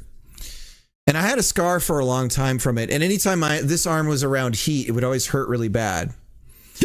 The scar is gone. I don't know how that happened. But they gave me a 15-minute break, and then I had to go back and work under the heat lamps again. And they didn't want me to report it because that meant that she wouldn't get her spiff. Because managers get these little bonuses from regional if there's no major incidents reported.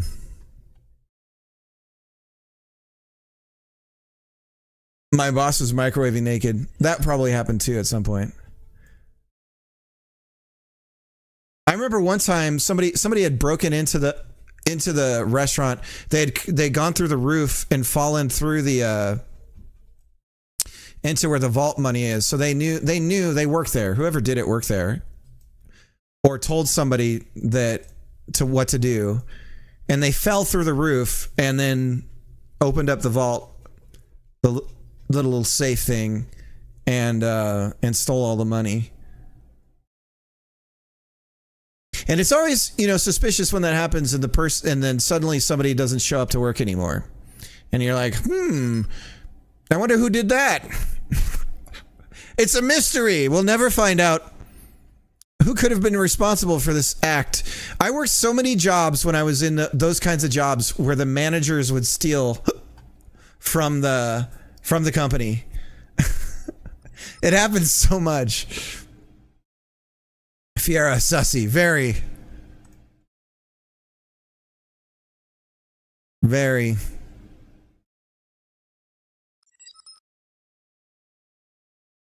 I always wanted to manage. I was like, put me in, coach, but I was like a kid, so that was going to happen.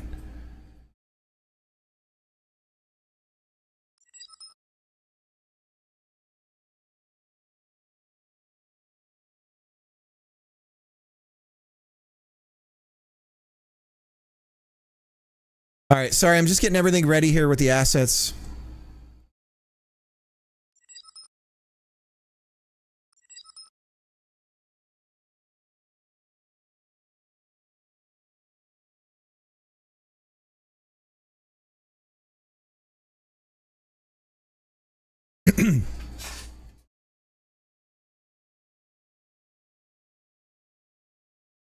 So do we think that one guy that M had recommended that they have good music? I haven't seen M yet. I'm waiting to play her game. She's got a prototype of her game I'm waiting to play. It's a music related game. And I'm waiting to see her in the chat before I play it.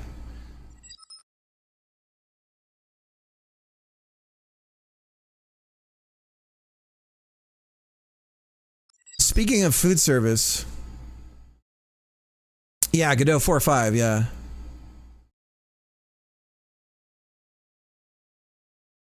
I worked at a Mickey D's back in the day. The amount of burns I had in my arms is crazy. Yeah, they're all like little like splash burns and like little your arm touches something burn.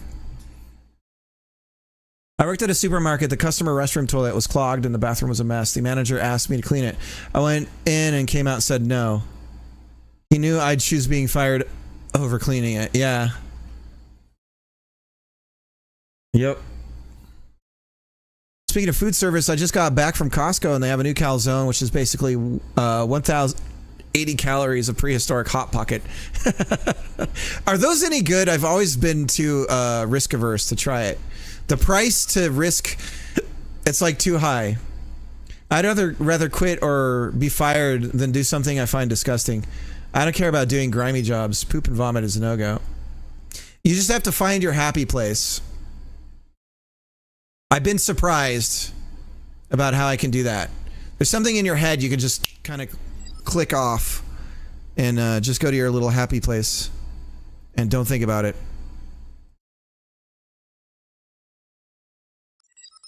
Runs to Costco. Especially cleaning the grill at closing. You had to wipe down all the surfaces while the grill was still hot. Yeah, because you had to scrape the whole thing and everything. Yeah. You'd almost always touch it, yeah. I never understood how you're supposed to wear those, like... Because those rubber gloves, if they touch the surface, it's just going to, like, melt to your fingers and stuff.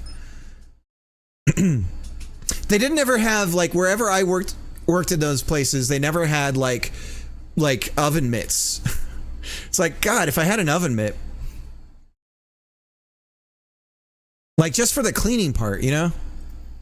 I love the chicken bake one, and the hot dog ones are great. The pizza is inexpensive. Yeah, we're so burnt out on Costco at this point.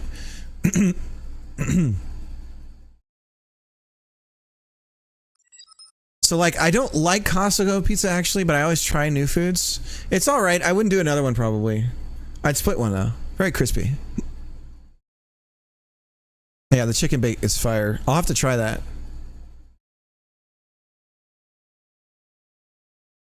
Yeah, I'm done with their pizza. I can't do it again. Costco pizza is like, it's like my food nam.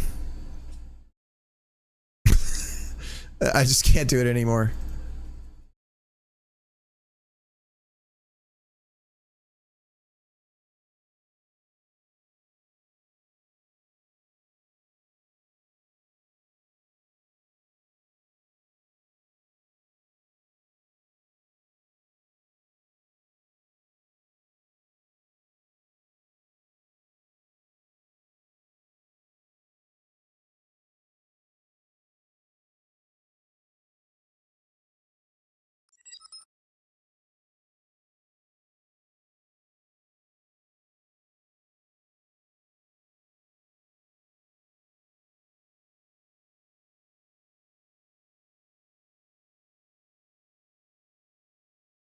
So wait.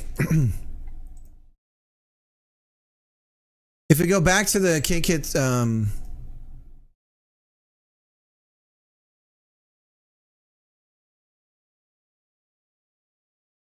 Costco is great when it was meant for small businesses, but now it's become a S show.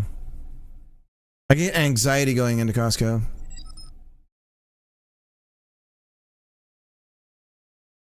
Yeah, yeah, a lot of that food is just like, oh, so you pay and you get the source.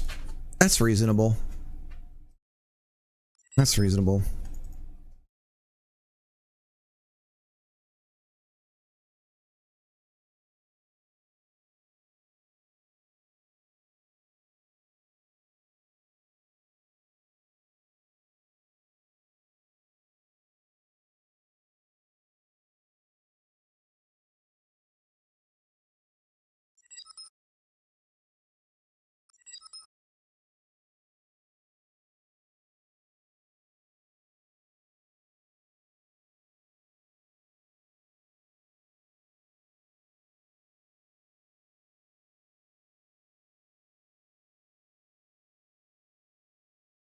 But I think if I was like a Bill Gates guy or whatever, I would just be like, you need to work and hold a job without me ever coming in, sweeping in and trying to save you in a food service industry or some sort of service industry. You need to work there.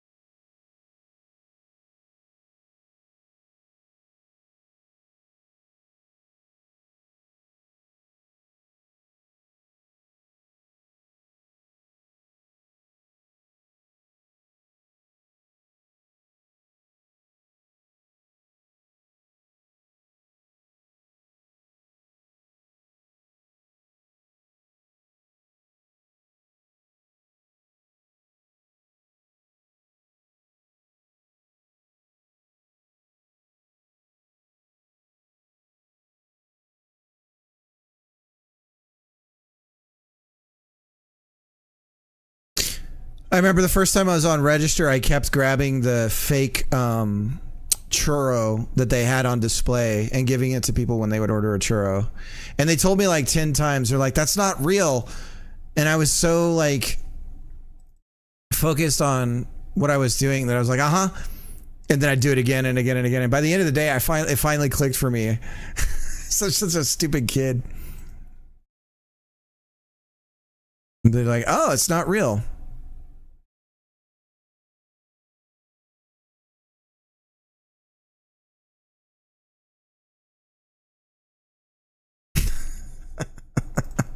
Customers are standing around with a styrofoam churro like, what the fuck?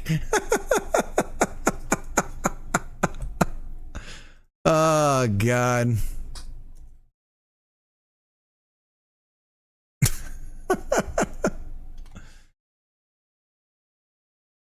Man, it sucked too, like taking people's orders. You had to like have a buffer in your brain because people would deliver this. The point of sale system was designed for people to take their order in a very specific way. But it looked like it was into heating lamps and everything, Jacob. I was just a dummy.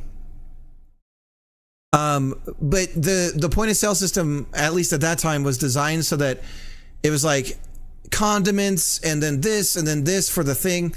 And if people ordered in a way that was backwards from that, which was most of the time, you had to just like input it into your head and store it in there as a buffer.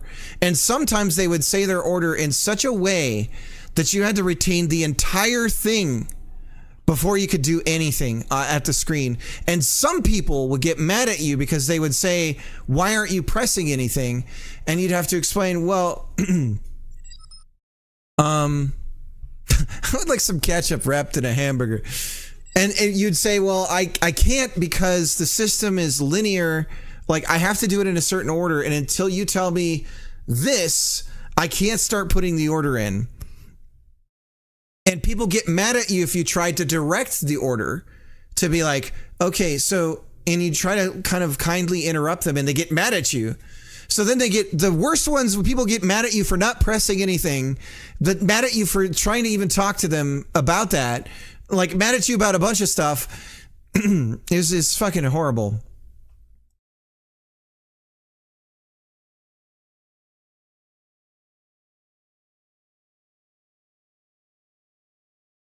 I don't get a bunch of perishables now I think about it. I like to get snack packs of nuts, beef jerky. Got these Korean barbecue beef jerky nugget snack packs I'm woefully addicted to. The Starbucks point of sale obviously wants you to say the size first because the people taking the orders cannot process it in any other order. Yes, it's exactly like that.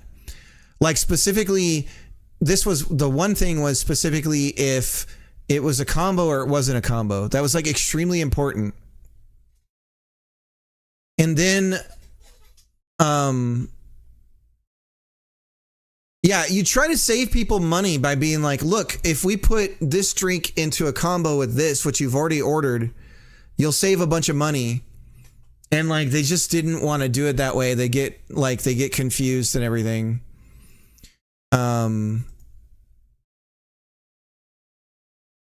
Oh man, one thing about fast food though is cleaning the, oh my God, cleaning the drinks, opening them up and cleaning them. Oh my God. The slime. Does anyone know the slime? Has anyone ever seen that? Oh my God. Everyone blames the Taco Bell for like giving you like diarrhea, but I'm convinced that it's really the drinks there. I just started eating. It's the drinks. They don't service the drink stations in Taco Bell the same way they do everywhere else. It's the drinks that give you the runs. If you go to Taco Bell and order their food and don't get a drink there, you'll be fine. If you order the drink and eat something else, you'll have the runs. Guaranteed. The caps come off of those things, and then you have to run. You got to run this thing through it, and all of the slime sludge just comes plopping out of it. And the drip, there's like a line for it. The syrup is way in the back of the store, and it's fed through a line all the way to those machines. Why they didn't put it just right directly next to the machine is for speed, but it's not sanitary. It's almost like they favor profits over everything else. It's kind of weird.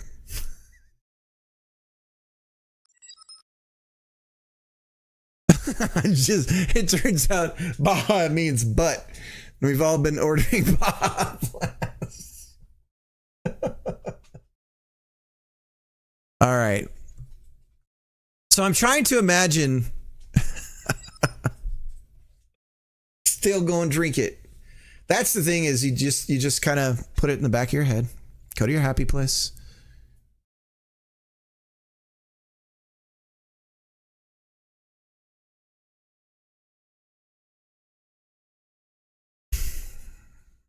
So with the dining area, the quickest to prototype is that the room is prefabricated.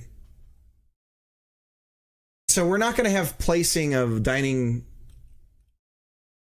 surfaces or anything like that. If we prefabricate that, that's a fixed thing. I think that's the way to go.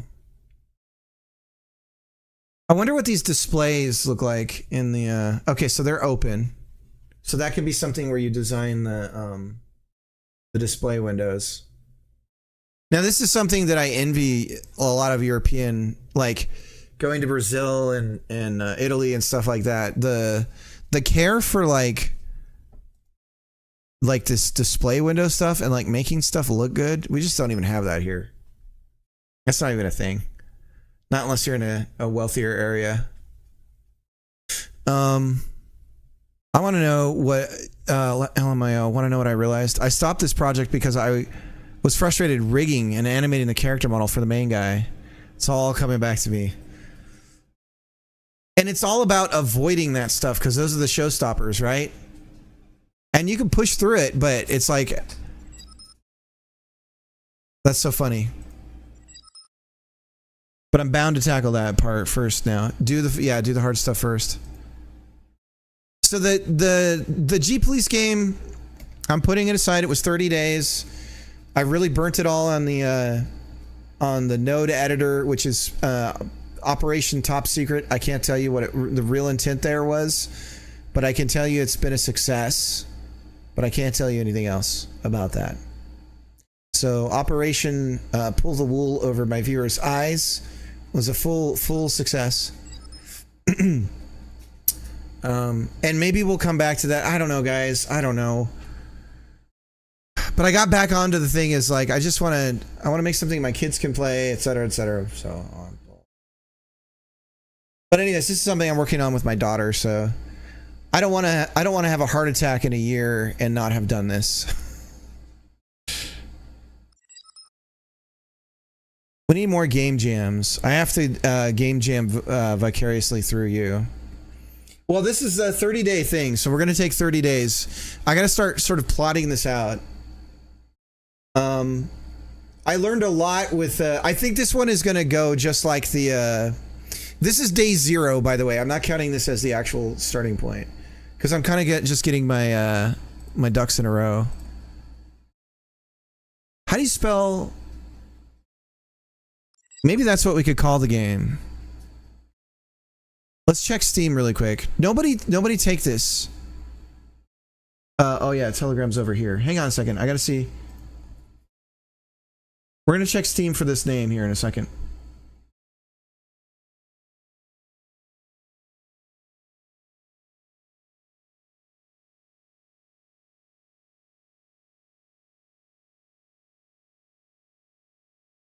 It's French. I don't know if Colin is here. We talked about this. I joked with him about this actually in his chat a few days ago. I just started saying French words that I knew. It's like, like I can speak French too, you know.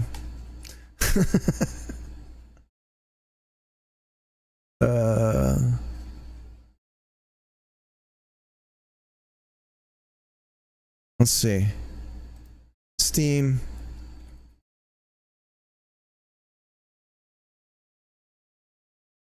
Nothing. What is it? Mise en place? Mise en place? Mise en place? Nobody has a game called that. It's a good one.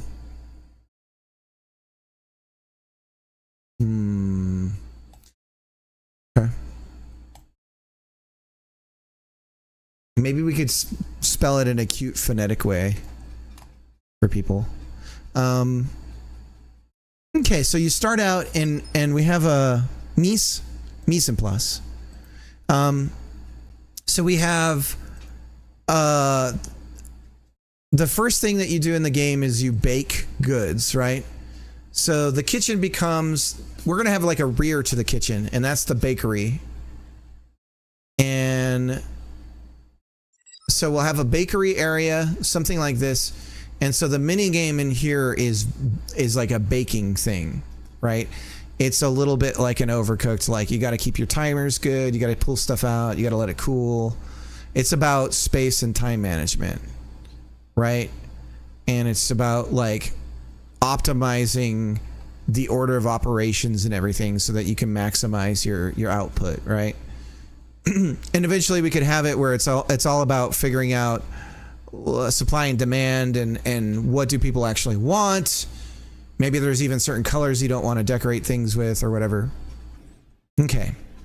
Do we have like where you pipe the food? Do we have it where you literally pipe the decoration? Like if it's something like this with the little dots, little nipples here, the little do you do the little flowers? Are we piping things, do you think? Do we actually pipe the stuff onto the what are those called? Not muffin. What's that called? The little cakes that are sweet. That is it muffin? What do you call that? I don't know. And do we have it where you're actually cupcake? There's the word. Cupcake. Now, if we have okay, guys? No, I'm not okay. So for the pies, you're like boiling your and reducing and stuff like that. Stroke for sure. Do you boil and then put the stuff in the pie and then bake it? Is that how that works? Do you chill it? Do you chill a pie before you bake it? See, we're gonna have to learn a lot about baking, folks, that I don't really know. Donuts. You gotta have a donut machine for donuts. I mean, I guess you could fry them. I guess you could fry them one at a time. Yeah, why not? And baking bread, over bake it, under bake it. So what, from a texture standpoint, if we're trying to do some sort of like grading of quality, we don't have to go there right away. So let's not focus on that too much. Although I think it would be a lot of fun. Like if you overcook the bread, it's like brown, it's a little too dark, something like that, where you get to see the reflection of the quality of your food in your display and everything. So that your day's work, you see it and you're like, oh God, this is shit. A shader. Yeah. I think that's the cheapest way to do it. We could actually use one of the channels for that. Or we can store it in a variable. But if we did the alpha channel, for instance, for like how baked something is, that's like a gimme. And then applying that through a shader to change the how tan it is, or whatever you want to call it. And maybe I don't know. Okay, so do something like that. So it's basically like it's got the cooking mini game, and then it has the customer service, the Diner Dash style, run around the kitchen and get everyone their order. Gradients everywhere, exactly.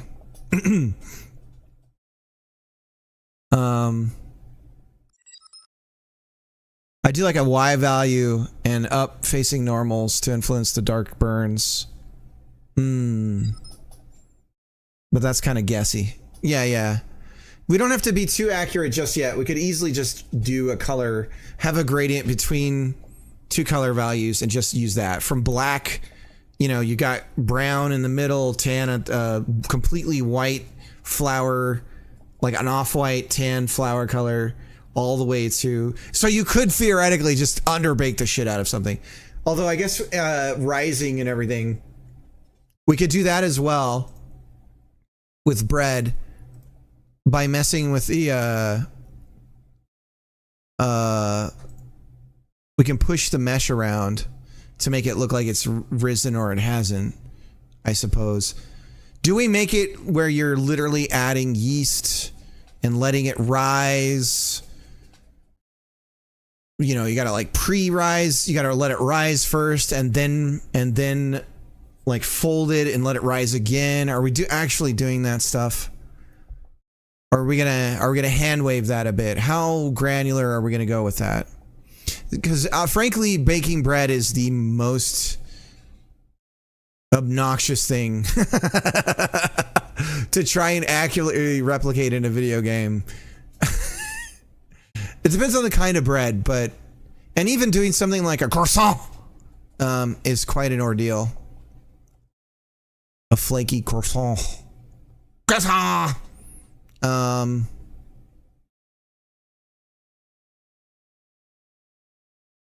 I don't know. So then you have all that, and then you get your loot, and it's like, cool. You can spend that money on the bakery, or you can spend that money on yourself.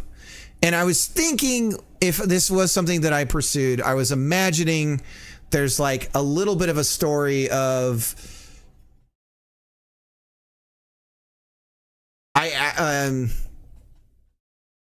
well, I'll just say that I thought that it would be interesting if you had a family or something like that.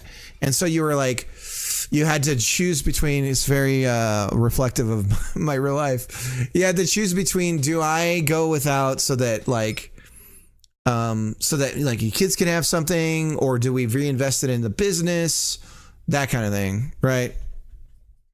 Propaganda for delayed gratification. Yes, we should spend it all immediately. You put it in the business to try and grow the business. Do we have the idea of workers? Do we just completely not even deal with that? Now, I feel like if we make the baking part too much like the running the store part, then we have a problem. It's too samey, right? So there has to be a variation in gameplay enough between these two components. Or do we do them both at the same time using the same gameplay elements, and it's about juggling the two?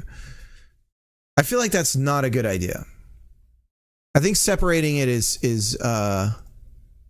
good. And that's how bakeries actually are. So it's not a diner, it's a bakery. M's here. All right, let's do it. M, let's do this. I'm gonna do a shout out to M real quick. We're gonna play M's game. M, do you am I following you on here? You're in my game. How do I see? Here we go. Oh, where's your where are you? Yeah, I said I was gonna wait for you. There's Jotson. Let me do an exclamation point M. I don't know if I have a shout out for M. I don't. We'll do L's real quick. Do I have one for L's?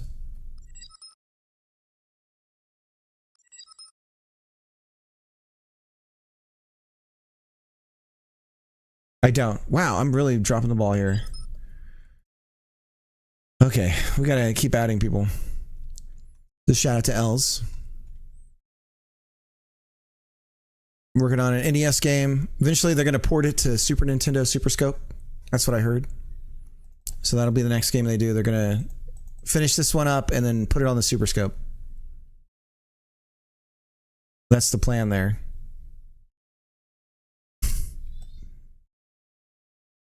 All right, I need a link to the game. Do you need to send me a secret invite? How you doing, Johnson? Hope you're doing good. What's Super Scope? It might have been called something different in the European region.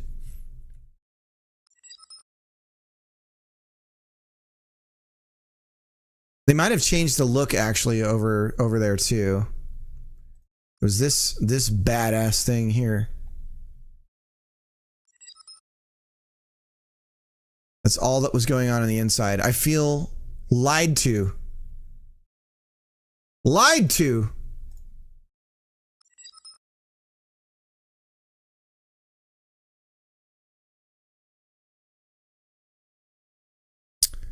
This is the one I'm working on with my daughter. I decided I should put some time aside to work on it, Johnson. I can't finish anything, Johnson. I have a problem, man.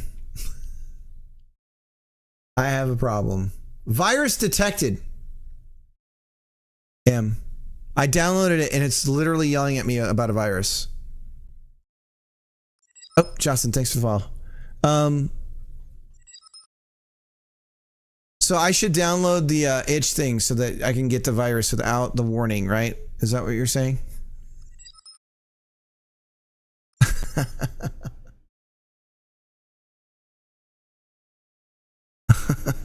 Where do I download the program? The actual, the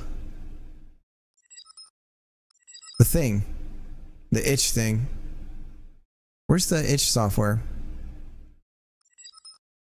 Where do I download it though? This is crazy how they hide it. Bro.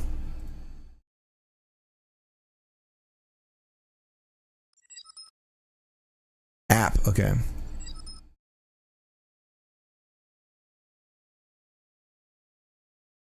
Invalid file requested. Itch is Barely paying the bills.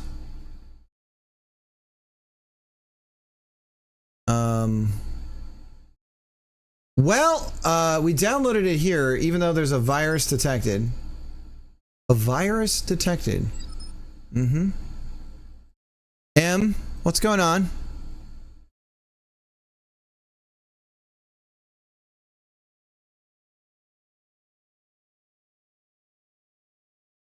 The virus thing is Norton. I just have the built-in Windows thing.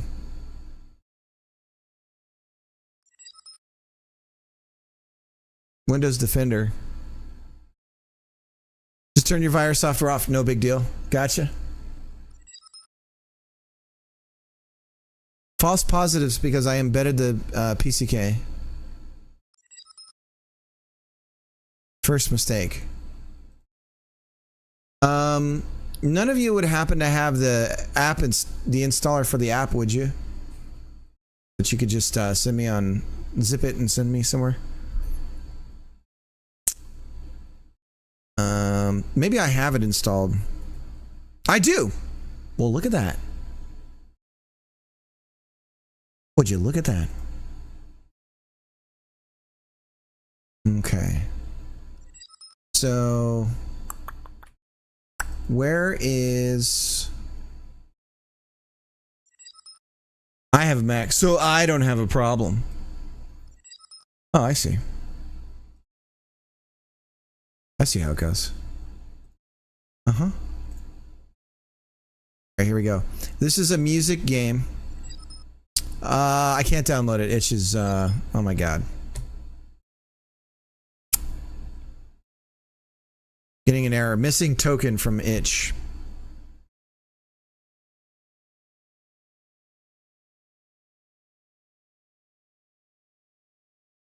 HTTP 400.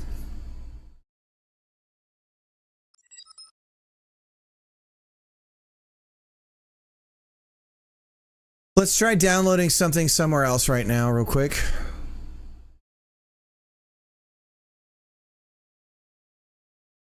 Same thing. Do you guys think I need to sign out and sign back in? Because it's feeling like that's what I need to do. How do we log out? Change user.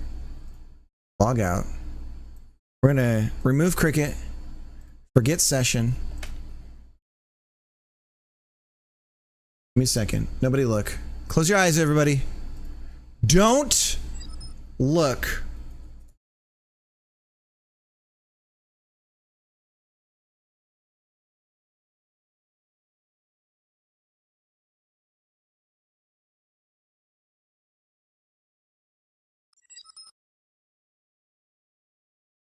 Okay, we logged back in.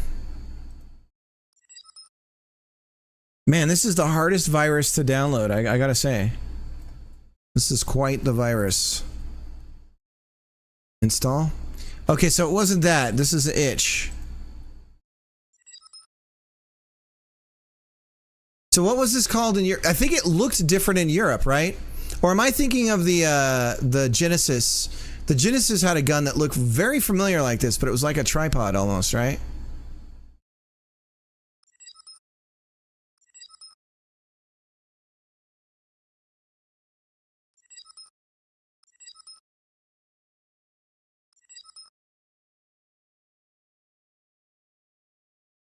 I was checking out the Super Scope, talking about the glory days of the Super Scope.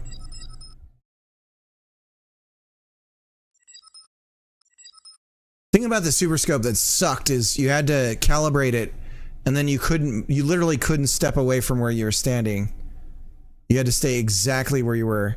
We have a problem here. I can't download your game. There's no way I can download your game right now. We're screwed.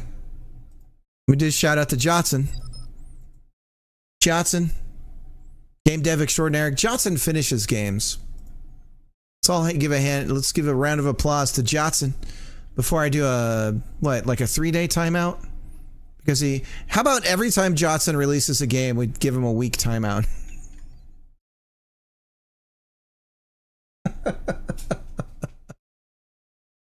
just punished Johnson for producing.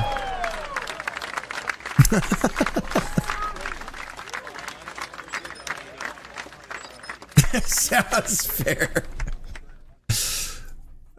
We need some way of like, you know what? I do need, can you, as a streamer, can you give people badges? Like, can you create a custom badge that you can give people? Because we need this guy, the equivalent of the Trace Comas guy from the whole this guy F's thing, but instead it's this person releases games, like they finish games.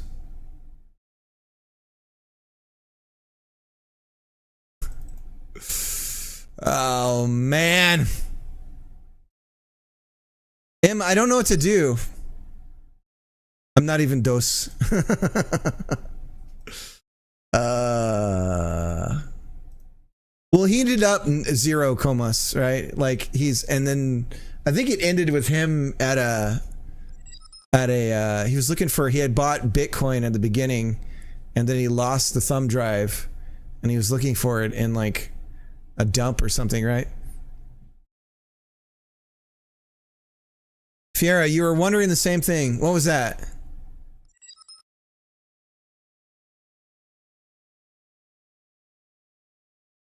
I don't know what to do. I'm gonna keep working here, and then I guess we can try itch in a little bit. But I've just got to get your game downloaded somehow to give badges to viewers. Yeah. I'd like to be able to do this. My wife made this weird giant Oreo. You guys see this? Look at that. You guys want a bite? I'm gonna need some milk to go with this. The European mind cannot comprehend the size of this Oreo. I'm kidding. I love that. The American mind cannot comprehend. I love those ones.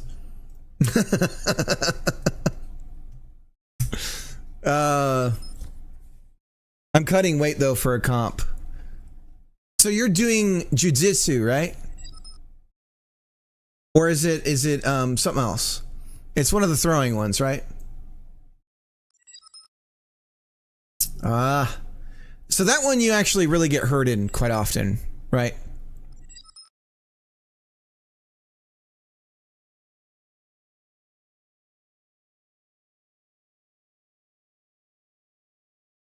Brazilian Jiu-Jitsu. I don't know. It's safe, I feel like. I feel like if you're not getting hurt practicing a martial art, you have to start to question how effective the training is. But it's full contact. Yeah, okay. Yeah. One of my favorite subreddits is called McDojo, which is like, it's just videos of martial arts classes that are just BS. And it's so good. But I think compared to other martial arts is less injuries in practicing.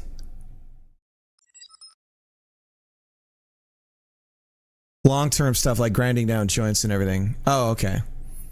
So you become like the work dog who sits on the porch on the farm for the last 2 years of its life because it can't do anything. I gotta go buy ice cream and sandwiches now. My wife's bringing me milk. I demanded milk from her. Okay. So the cooking game. 2 phases. The baking game. Okay. This is what I'm imagining. There's the baking phase.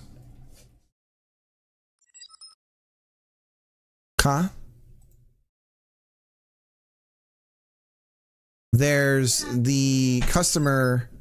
There's the selling phase.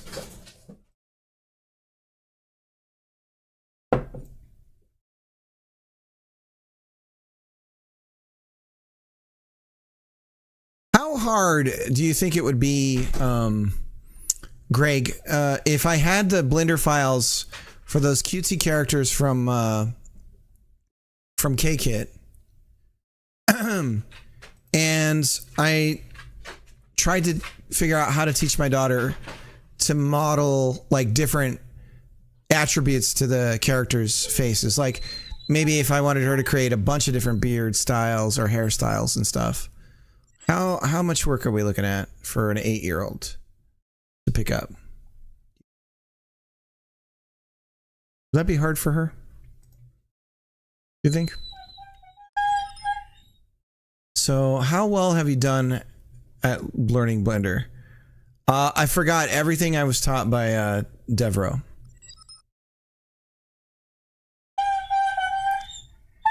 Freya loves bees. Bee game. Probably something else starting with B. There's lots of things that start with B. Oh, I was just saying I forgot everything you taught me, Devro. But I have the videos to reference. But my Blender experience is the amount of time I spent with Devro, which is maybe 6 hours. Probably 4 from when he taught me. And then never again. Maybe I should teach your wife instead. Damn it. Damn it, Dev.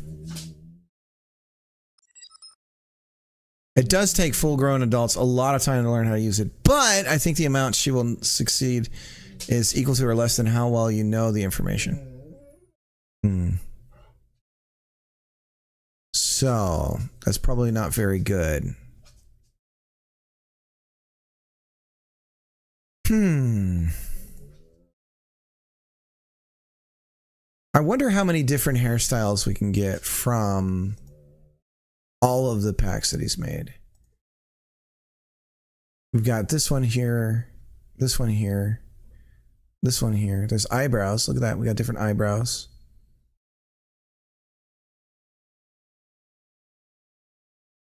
This jerkhead. There's one. Lots of boys. Lots of boys. Not a lot of girls.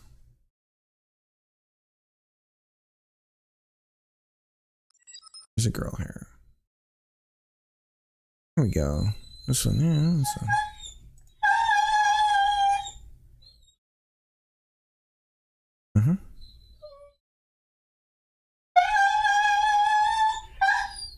Sorry, Calvin's coming down for a landing. Okay. Yeah. Use all those. Okay. Does take full-grown adults a lot of time to learn. Yeah, we got that already. And then the cool air stop for me. I'm gonna hide the camera. I'm gonna turn the air back on. I'm sweating balls.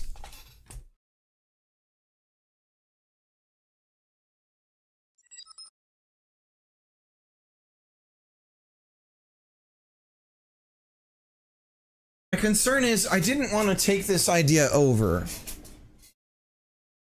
And I wanted to have some way for her to be able to contribute art. But then like... I don't know how much she would want to contribute with me like every day. Could we do 30 days? Do I think that she has the fortitude to do this for 30 days with me? No. Can she? No, because she's got dance and stuff like that. But on those days that she has dance, that's when I could rock and roll by myself. Please excuse me.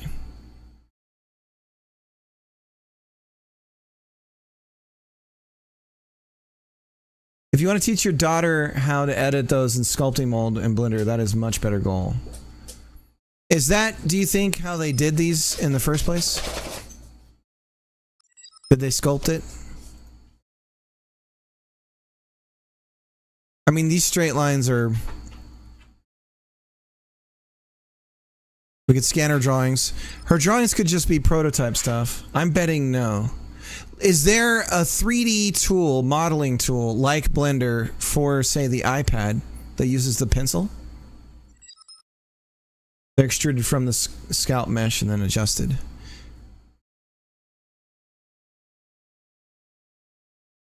I could download the actual Blender files. I'm not going to do that right now.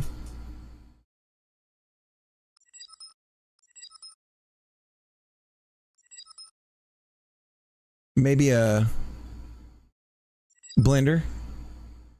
So there is Blender. You can download Blender on the App Store. I remember they wouldn't do open source projects for a long time. So that's a surprise to me. I'm gonna hide my face while I eat this giant Oreo. This is gonna be a long process.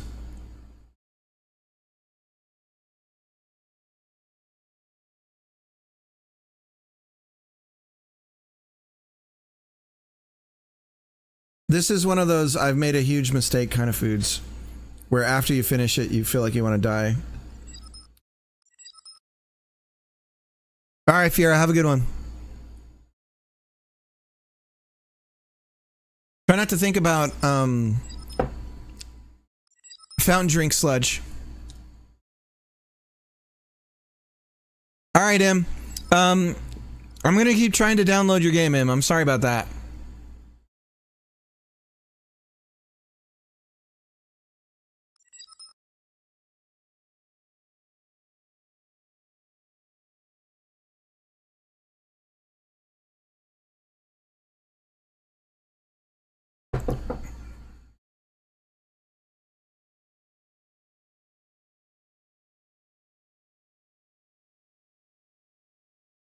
Good topology sounds like a nerdy way of saying she's hot.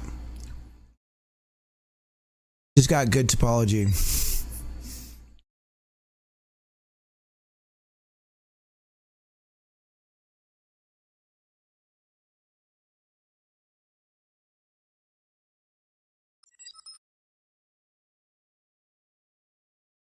Okay, I am using that, but I also hate you. But also I hate you.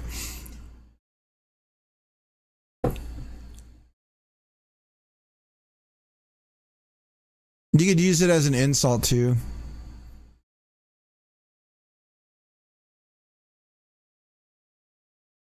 Something's wrong with her normals.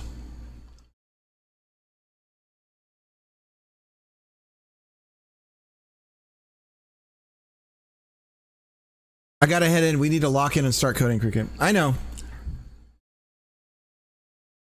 But I'm in the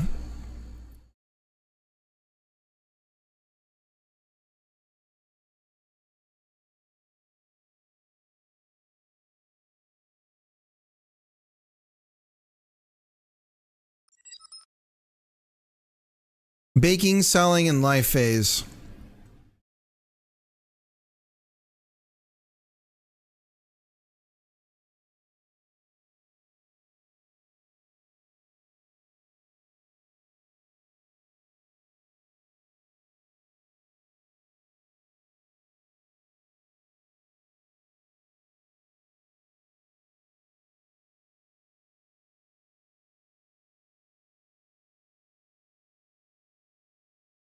Okay.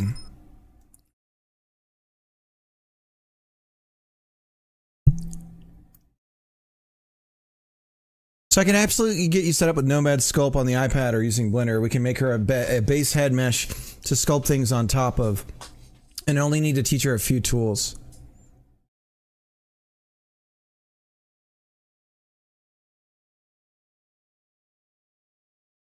Okay.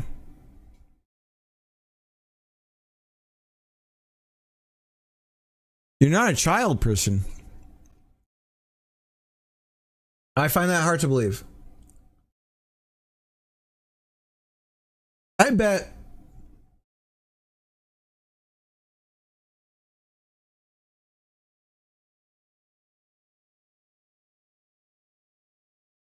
I bet it feels that way. But then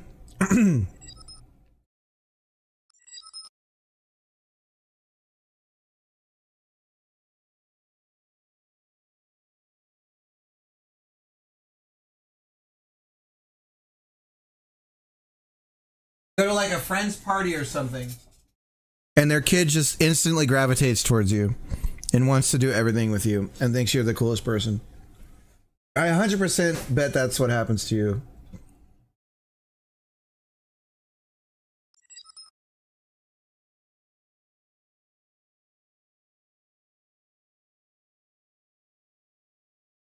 I bet it's the same with dogs too. I'm kind of describing myself right now. You go to someone's house and their dog's just instantly like, oh my God, we're best friends.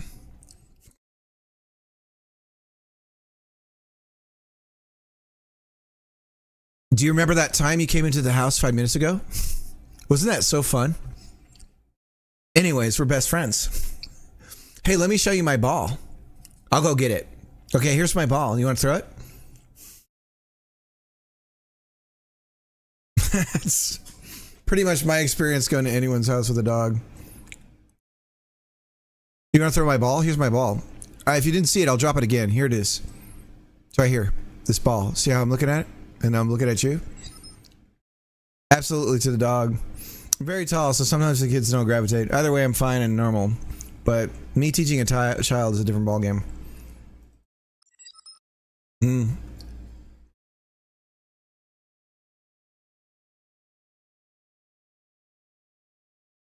I'm trying to plot out the game right now. So I'm just gonna kind of prototype rough pass on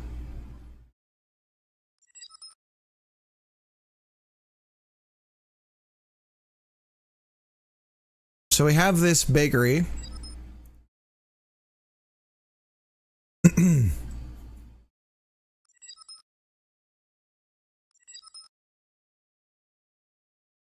And then the interior.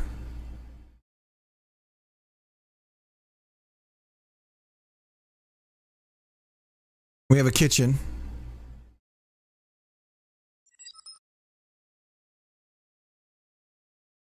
So the baking phase.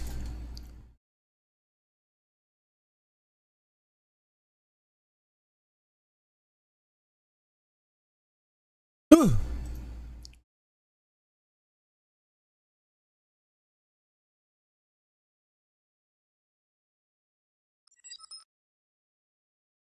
How do we get this shit to go to top?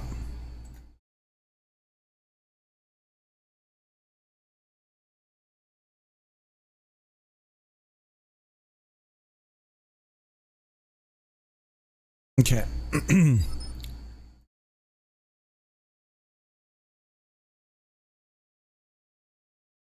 So we're trying to Operation Cozy Game. 30 days. We're at day 0. We're not counting today. We're just planning the game plan. The uniting element between these two phases is the baked goods. So the baked goods are what you end up making here and selling here. Okay? And then we have, so the actual interior of the bakery. And we're using as many, we're flipping assets, baby. That's what's happening.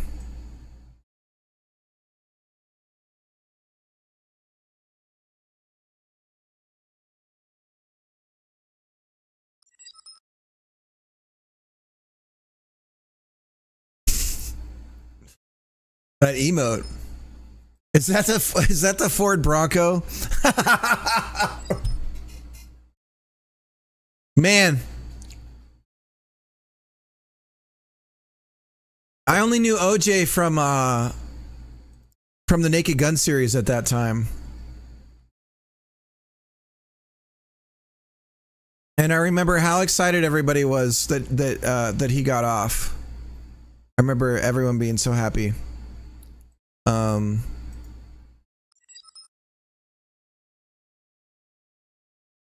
I remember the like weird obsession with Kato Kaelin that the news had for a while there.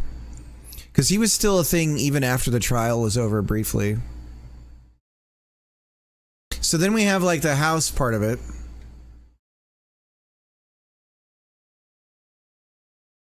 So you have a little home. Maybe we have some children or something. And do we reinforce the idea that things make us happy with this game's narrative? I feel bad doing that. I feel a bit like Crispin Glover pushing back on the ending of Back to the Future. Where it's like, is the message we want to send that being wealthy and having a nicer house and nicer things is what happiness is?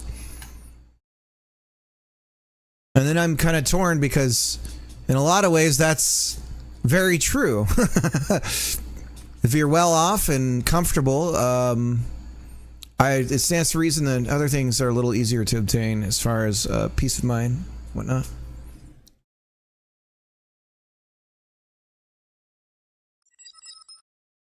I think having some regular customers you interact with would be cool. Yeah. I mean, do we do like a happiness thing? Like a social thing? A common element of these two phases is the baked goods. Everything was good when nothing was cool yet. What an awesome actor. Kato Kalin? I think having some regular customers, yeah, I think that's a good idea. Gameplay takes place at a gospel mission. Problem solved. It's a bake sale. It's really just a bake sale every day. I was thinking that you wouldn't control the baking person. Maybe they move around ancillary to what you're clicking on to have them do things, but it isn't about you're not, so it's a clicker game. You're not like running around controlling the person, telling them what to do. So the controls would be more like Stardew on PC, right? Isn't Stardew on PC more click to move? That kind of thing. See, I don't even think I would do that. I would think if we did have, I was talking about not having the personification of the player in any way, and that you're just clicking around here and clicking on things and making things happen by doing that during the selling phase. But I'm not 100% sure on that. I do want the gameplay interactions to be different between selling and baking. Stardew on PC is WASD. Okay. I know it's WASD with a combination of mouse clicker though, right?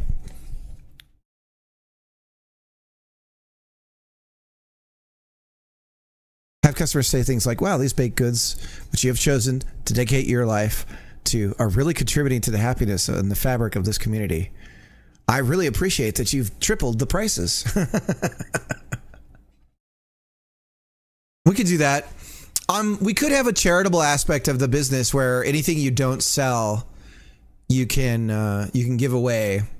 Like we could have a little like bum in the alleyway that you go to and give them food. It could be an interesting message, because if you become really successful, you could still intentionally bake something extra that you don't sell the last of your goods, and you hold it off to give to the bum still.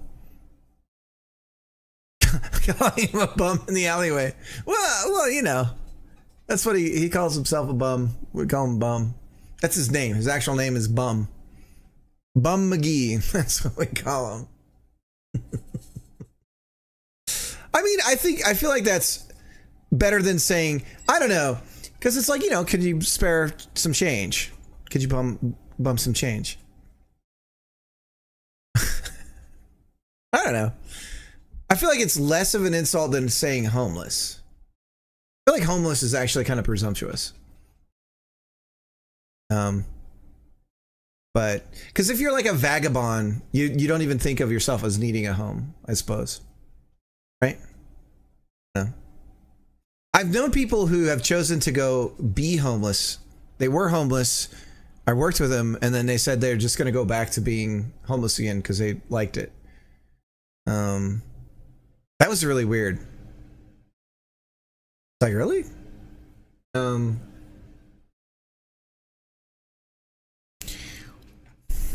Appreciate your decor, and I'm in no way influenced by the fact that I do not have the same table lamp. That table lamp was donated, and I'm just giving it purpose. I think people should be honest. I really appreciate your goods. It has nothing to do with the fact that you're the only bakery in town. I love this bakery because I'm hungry. Okay, guys, hang on. I'm gonna put this into the doc. These ideas are too good to let go. Here we go. We're gonna put these quotes in the game. Everyone be nice to Cricket, even if he calls people bums. What's wrong with him? Is he really an asshole? I don't know. All right.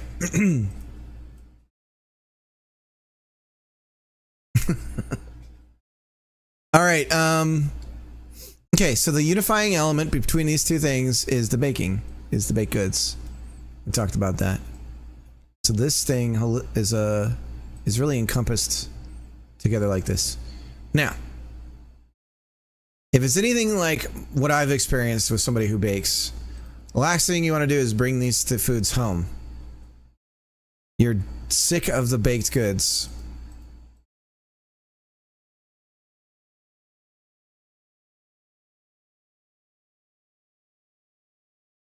Please, if I have to see another... It's like that gynecologist quote on Friends. You know how you're... make coffee all day and then come home and you're like, the last thing I want to do is make another cup of coffee.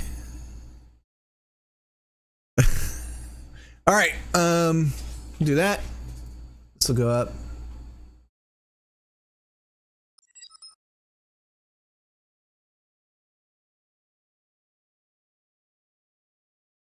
I'm not working on any game, M.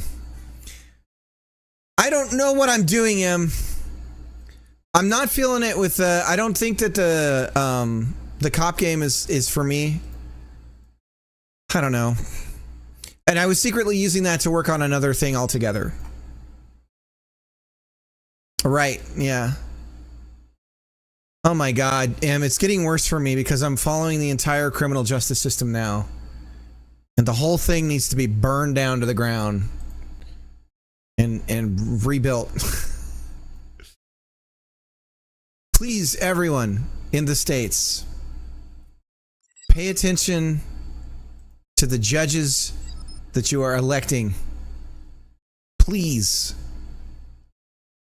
Please. All right. Please be involved in electing your judges too. Just do me a favor. Do that. Be involved with that a little bit, please, please, please. Could you? Would you? I do want to improve Root and Tubin. I feel like so I'm trying to do something every 30 days and finding something that sticks. That's been my goal. Root and Tubin was a banger. I would like to make that into a more complete idea, a more linear experience, multi-paths, a linear experience. So that's what I'd like to do with Root and Tubin. So I haven't forgotten about that. The real problem with Root and Tubin, though, everything for me, the issue is the asset stuff. In this case, Root and Tubin, the real problem is having characters that we can put in the inner tube and animate and all of that stuff. That's like a big stopping point for this game. So that's the real problem with this game right now. If we remove, the problem is you've done this wonderful voice work, so I don't want to change it to a non-human character. But I was getting to the point where I was like, what if it's just a damn rubber duck and you're just moving the rubber duck around or something? I don't know. But I really like the idea that you're in the inner tube splashing around and everything, so I really want to have that in it. But I need like a model and everything. Let him be a duck. But M's voice. Let M be the duck. M's, how's your Donald Duck impression?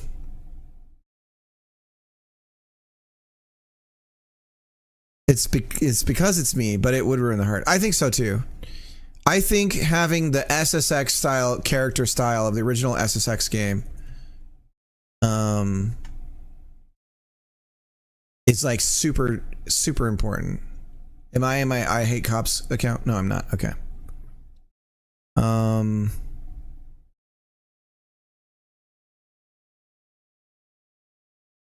me see. Let's get to the character select screen. Many spectators and riders alike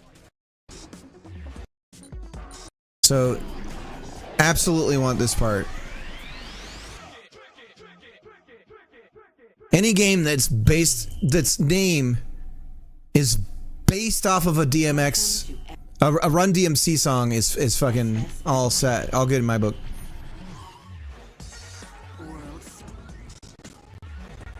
Oh, he's going straight to it. This sucks. Oh, he's using an emulator too. Yeah, they have the character select screen. I'd love to have something like this. And like the little character. Dude.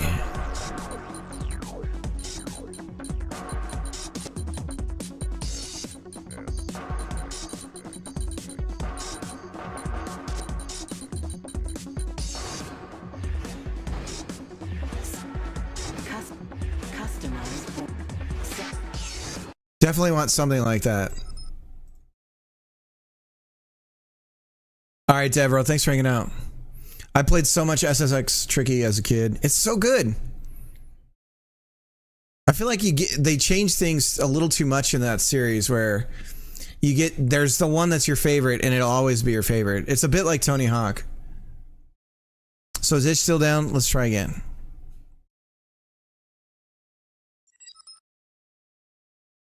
It's not working there.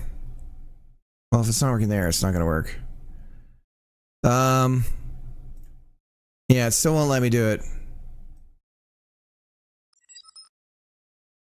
I gotta go soon anyways. Alright. We'll try again tomorrow, Em. I'm sorry I can't play it. It's just been having problems though. Especially if they want to get paid. Oh. Yeah. It erased it before I could even do anything with it. Yeah, it got Windows Defender caught it as a virus and deleted it.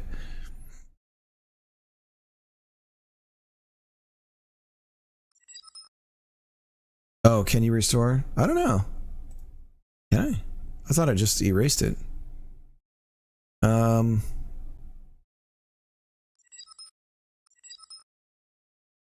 Maybe it wasn't Blender. Maybe it was Brave that did it. Hang on, Em.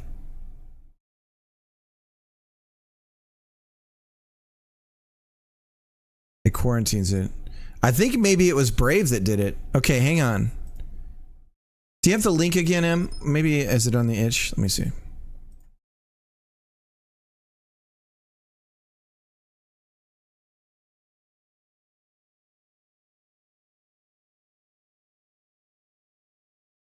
Let me try downloading it on. We'll use Edge.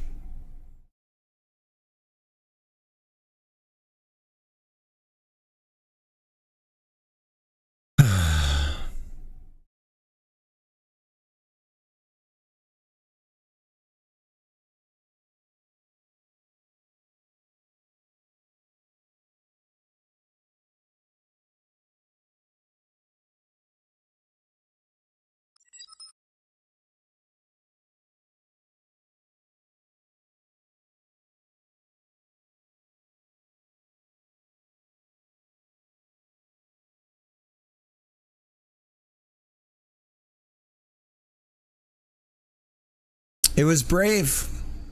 Brave saw the virus. Em, I think I can play it. Do you have time?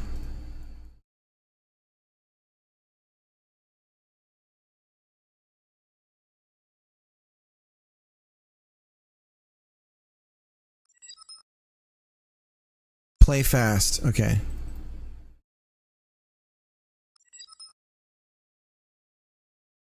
The PCK is not packed in, Tapper.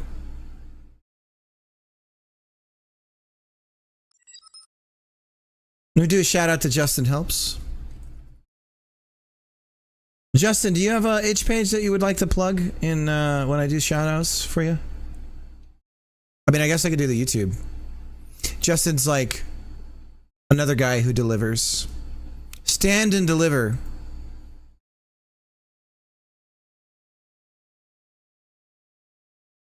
Your name cannot be changed later.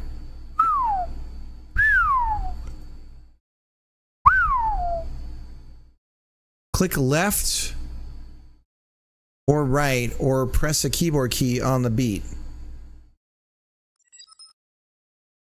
Left or right?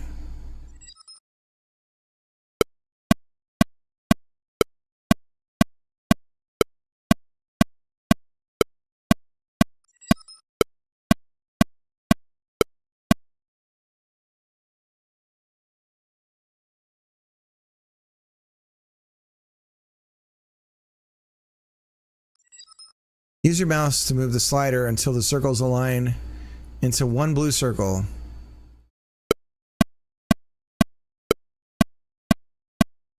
What am I doing?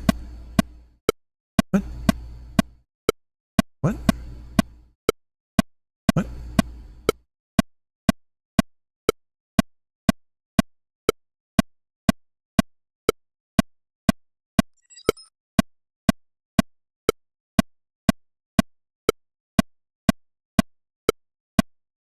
Good. How to play. You are a capsule on a friendly stroll. On each step, greet your neighbors on either side, but only if the rhythm calls for it. Do well and the beat rewards you. Do poorly and a cold numerical judgment awaits. Don't forget to take a screenshot of your score so you can brag about it on Discord. Controls for the left lane, controls for the right lane. Super Nintendo controller. Interesting. Here we go. What am I doing?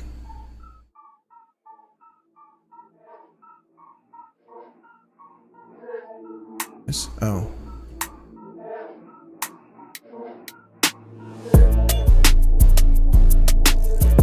Uh-oh. What am I doing wrong?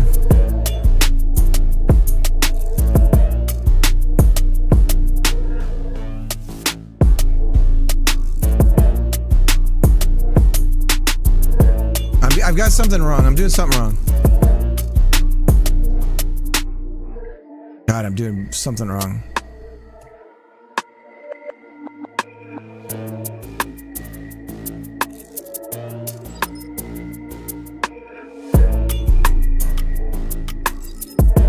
I'm doing jack shit here.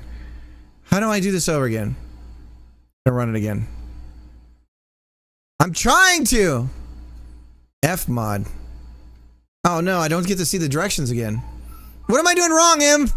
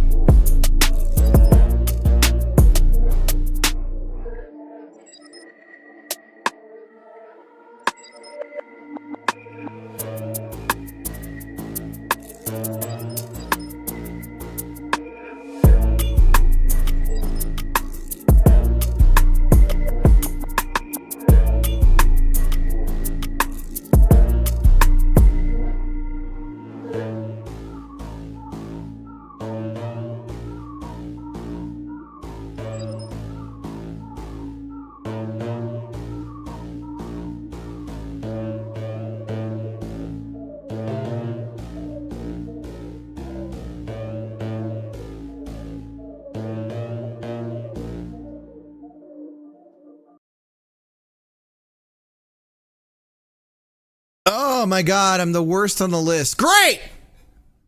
This is fucking bullshit. I'm at the very bottom!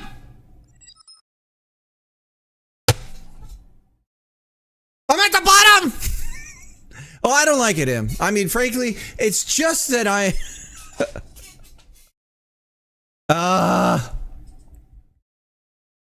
It's been hours on these animations.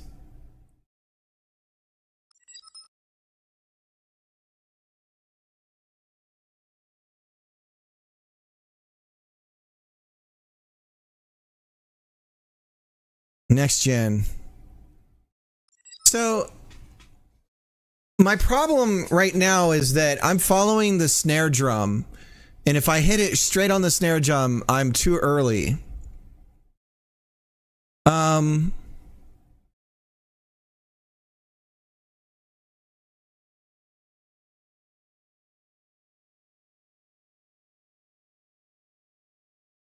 I almost think that there should be, so the thing that's missing is there should be a line moving with the player. So like Rock Band has the bottom line, and that's where like the notes come down, and that's when you hit it. And so there's no, we will add a strip. Yeah, I feel like that's like probably the biggest thing. And then I would say that, like, if you look at the Rock Band, sorry to compare it to Rock Band.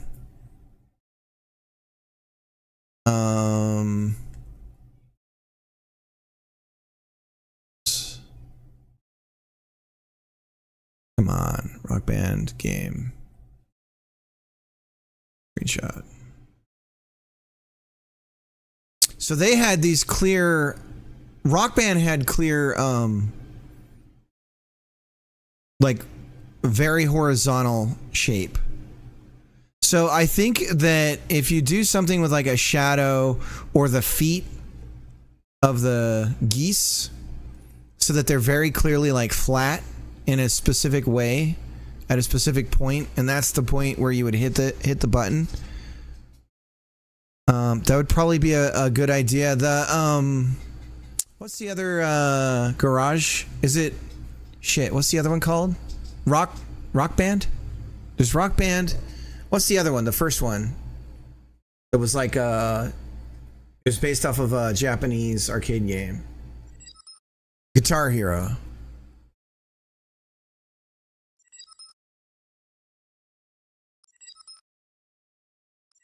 So Guitar Hero had round, right? But they still had, yeah, see, they had the fretboard that moved along with, they had the, whatever those lines are called on the fret. Please don't say Guitar Hero. So I think the linear lines are important for dummies like me. But it feels like I have to be about, like, I want to say the term, like, this is not even a term for anything, like about 2 off from where I think I would need to be.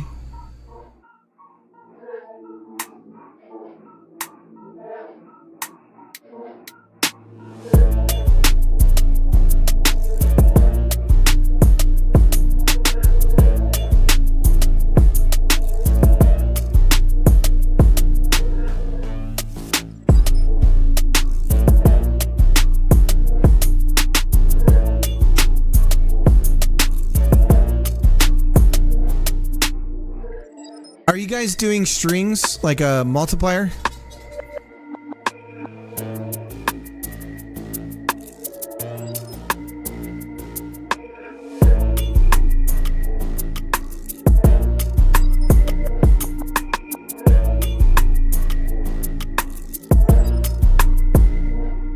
Yeah, it's weirdly off on the snare for me.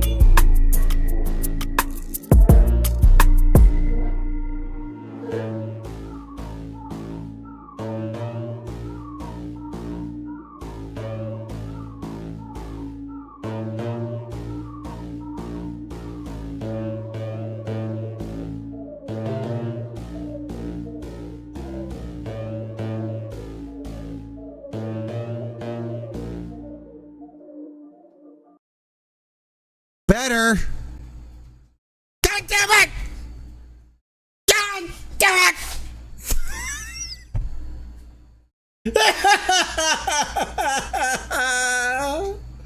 I can't win at anything. All right, well, I clawed my way past the bottom. Whoever RTN sucks. I'm better than RTN.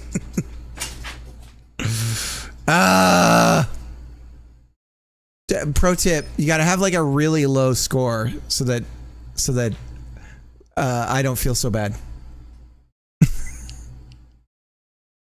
It's hard to beat 69. Oh, right. Yeah, I'm trying to do it on the snare, and I have to be a little bit off, so I don't know if I did the calibration wrong or something like that. Another thing you might want to build into the game is if there's a lot of like bad, no good, whatever. I would strongly encourage for this game in particular to spend the time, and the test is going to be Tapper has to do this. It's right there to recalibrate. Yeah, I'll mess around with that again, but I would strongly encourage to record the gameplay on people that are doing very poorly. You gotta get that data. Do controller. Man, it's so demanding. M's just like, she's not even finishing complete sentences. Those are just straight up demands. Like caveman style. Oh, we will get all the stats. I don't know where, I have a wired controller somewhere. Let me see, I'll go find it. Do controller. Do. Be right back. I'll put on the music while I'm gone.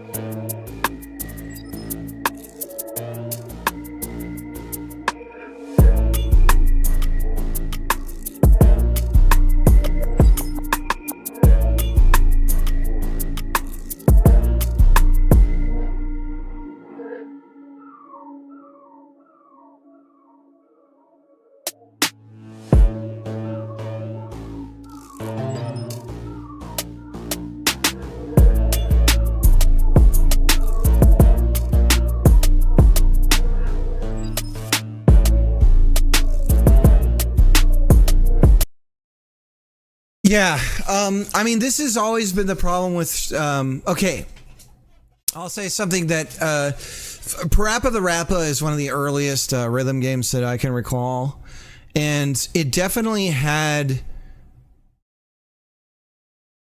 so it had a bar along the top, that it was 2 rows if I recall, and it would go along the top, or it was 1 row, and it would just repeat, and I always found that it wanted me to do it not with what I felt like the music was doing.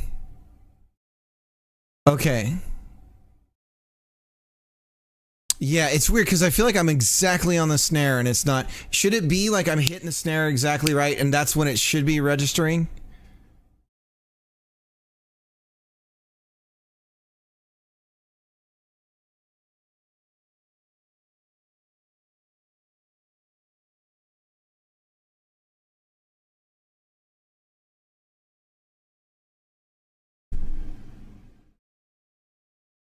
Is this Unity or Godot? Could have an early and late to help make it easier to adjust. That's true too. Yeah, I think that's a good one.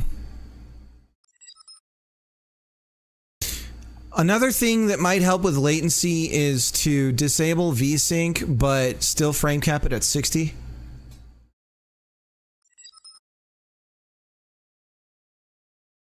Godot, nice. Okay.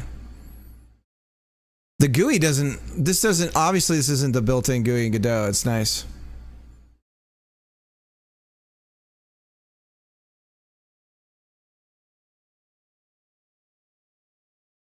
It does do that thing. Like, I can get it to get really.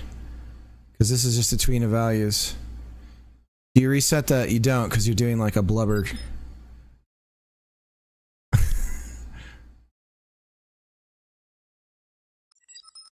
How big I can get it. It's Wallaber Spring. Not a tween. You're not a tween.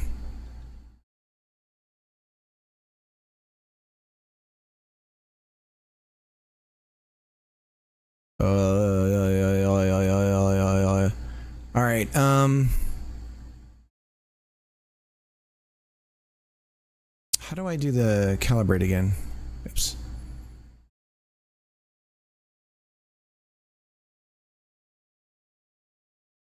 I can't hit escape at the start. I have to let the game start. I don't see the calibrate. That's weird, right?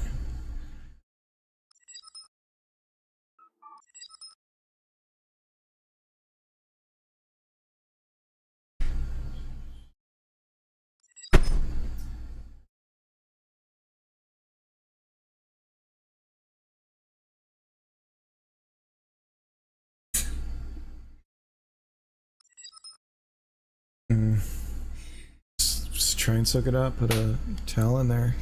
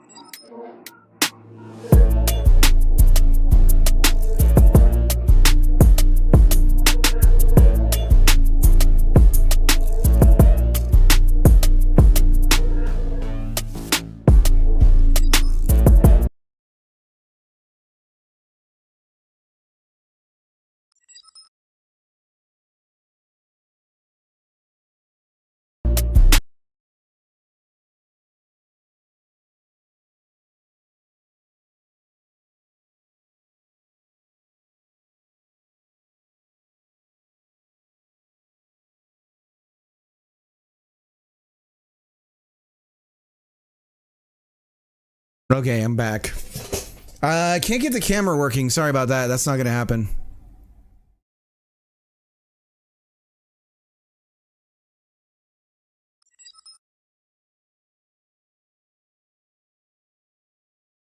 When you crashed face first into your desk, you muted and froze butt crack out.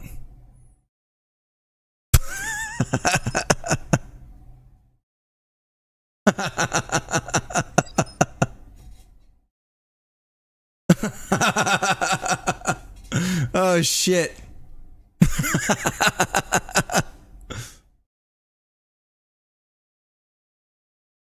Oh god.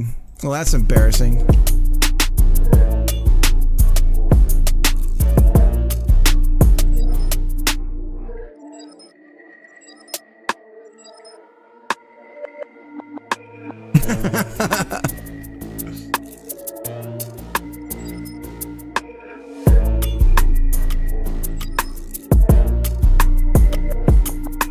It wasn't full crack.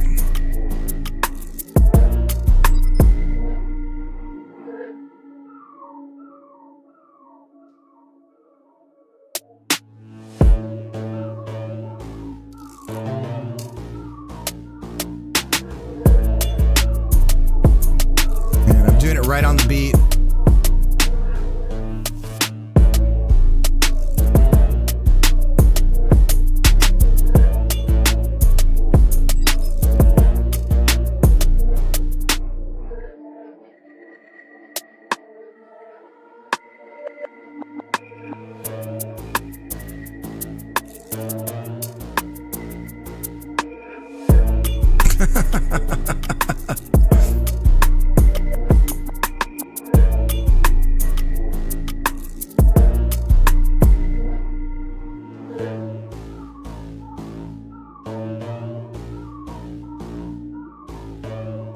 Damn, it's not feeling right at all for me.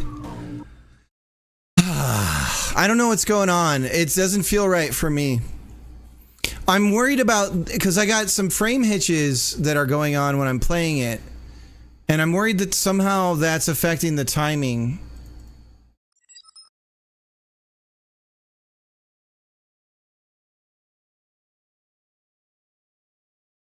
Let me see if I can fix the camera. Showing people my ass crack. That's great. Good job, Cricket.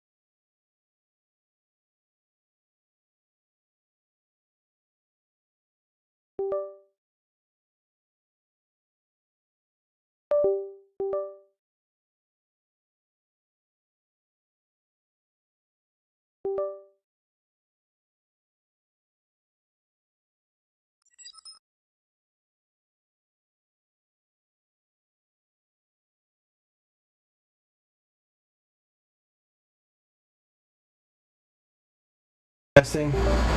Here we go. Okay. All right. What was I gonna say? Oh yeah. Okay.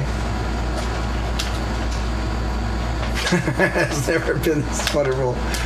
Oh my god, my ass is showing up on the audio real bad. Ah, god damn it. Fucking everything! Ah!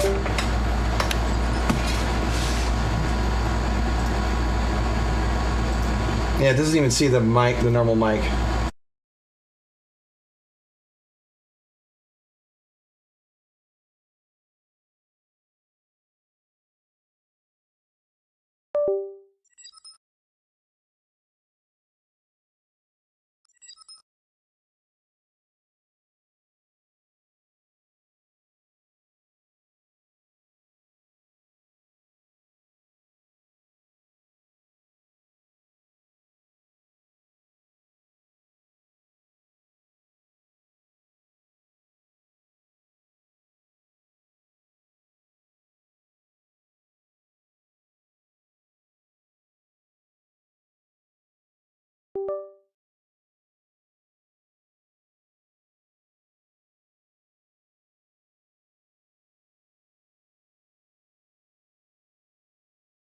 Okay. Now my mic is or the camera's busted.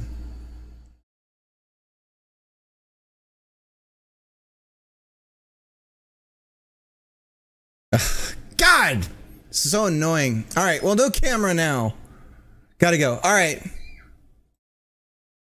Hopefully the mic's a little bit better sounding. Okay, yeah, it's, the timing seems way off for me. Yeah, I'm sorry I didn't have as good of an experience as everyone else. I'm not quite sure, what that means. I did see some frame hitches. I'm wondering if there's something that happens when that happens to the timing or something along those lines.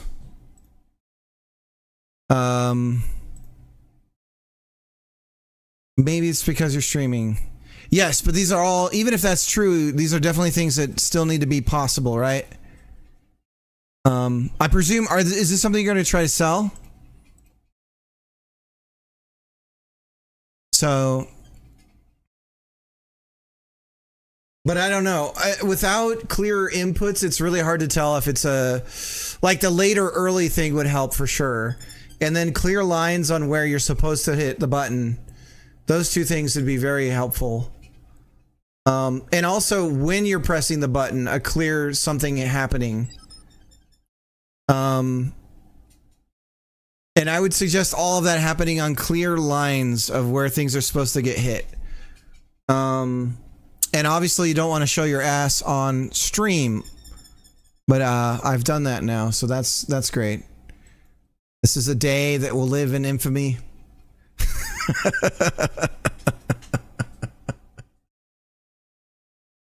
September 15th, 2025.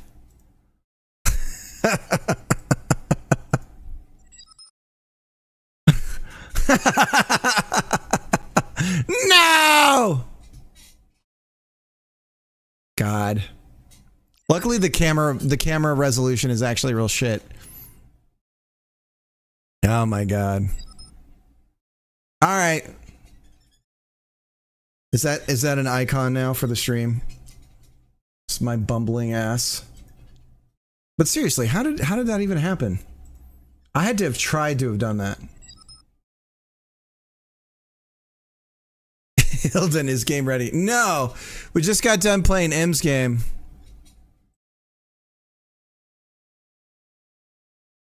But I think these two phases is what we can work on primarily initially. So the main thing we really need to work on is placing things, right?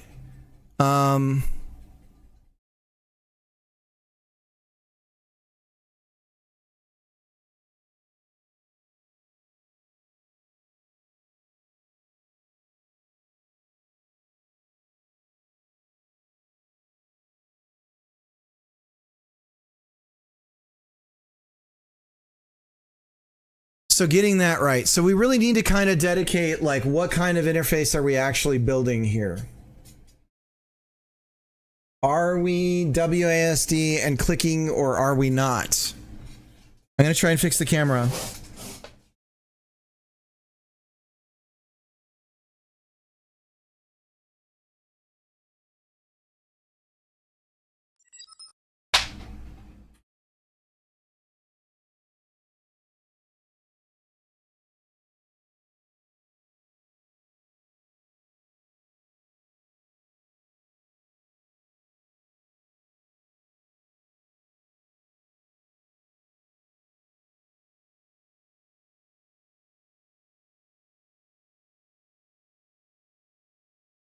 There we go. Okay, we're all set. No more ass crack.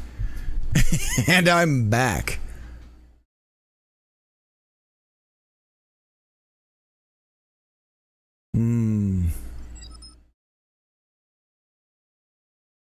So,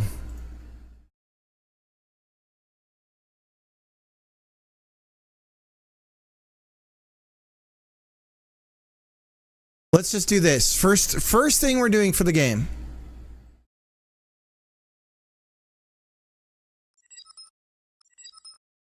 Let's get the loading stuff going.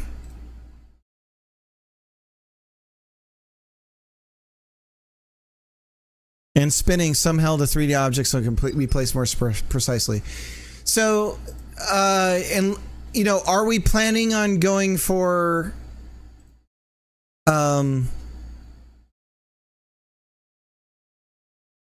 it's K-pop Demon Hunters time? My daughter I wanted to show her that. She got to see it on a birthday with some friends and she fell in love with it. So I was going to have that be a cool father-daughter memory, but it's now it's her and her friends, so that's even more special. But yeah, she loved it. I knew she was going to like it. But she just likes it without me. So feels bad, Dad. Feels bad, Dad. That's how.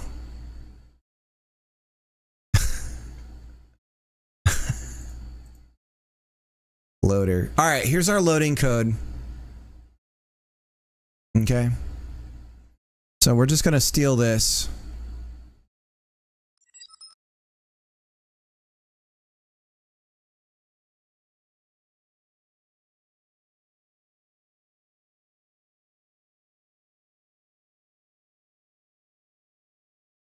So this, I designed this to be used however we really want. All it really does is take care of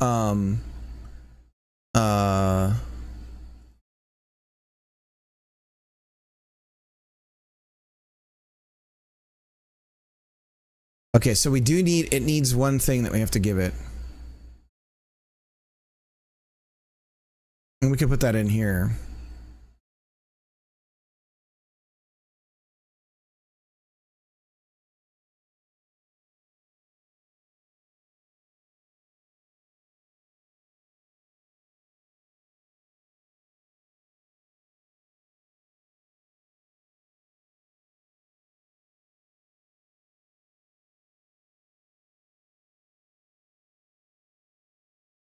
So we just have names.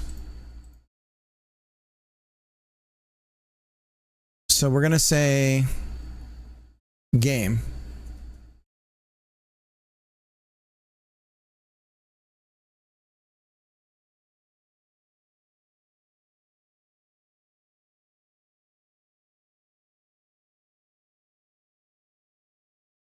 Well, now we know each other a little too well, guys. If we know what Cricket's butt crack looks like. It's a little too much TMI.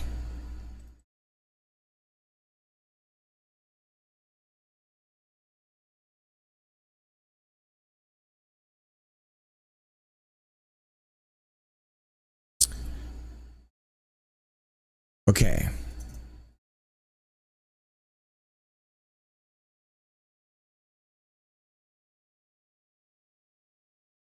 All right, now scenes. Scene is loading loader. This is a node. How are we doing this in here?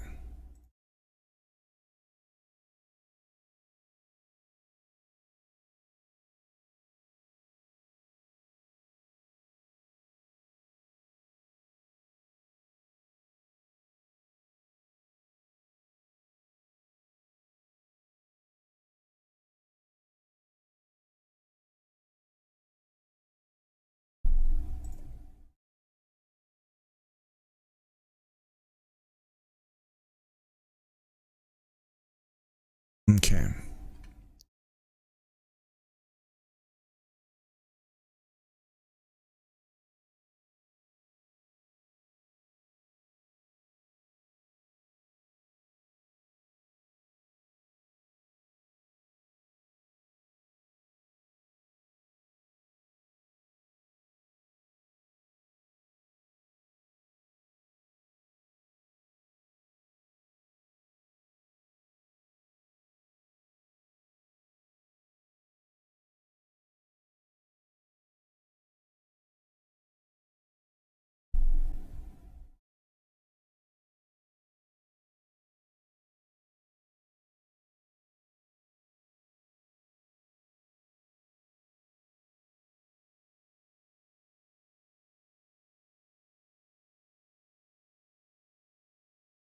Okay.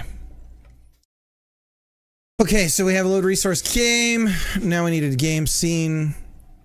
This is the scene that's going to start everything. So this is our primary scene. So loader kicks everything off.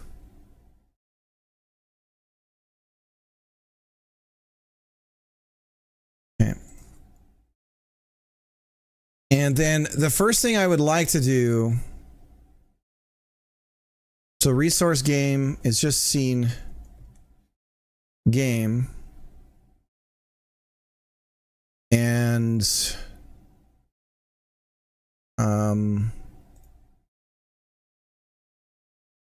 control drag now for UIDs, right? What the fuck? It appends preload. Oh, they screwed it up. Oh my god, how could they screw that up? Are you guys seeing this? So if I click and drag the scene in, it just puts it in quotes, which is how it should be. But if I click, control click and drag the scene in, it's going to do the UID, but instead of just putting it in quotes, like a string, it does this preload on it. Which is very presumptuous because I'm handling that stuff.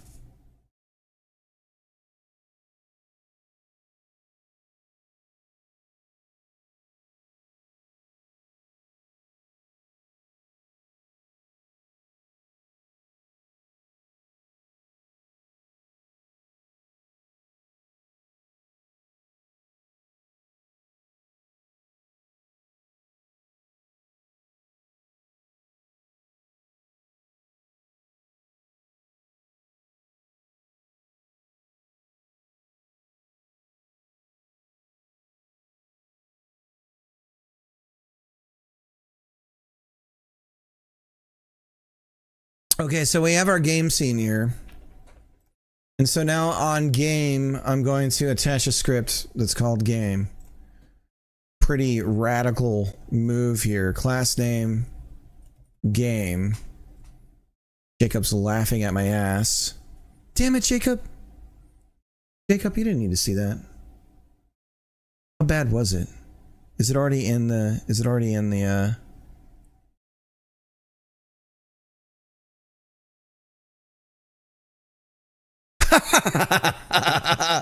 Oh, that's not an ass crack. Okay. Oh, yeah, okay. I know what's going on there. Okay. Okay.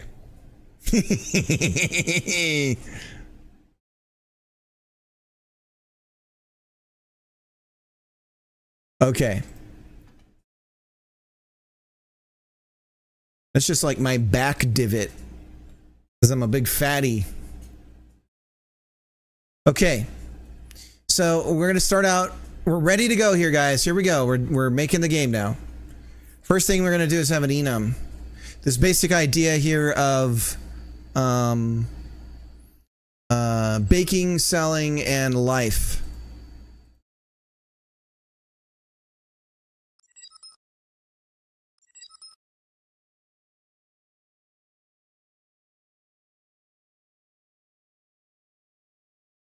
Did I hear damn it, Jacob from the... You did hear damn it, Jacob from the other room.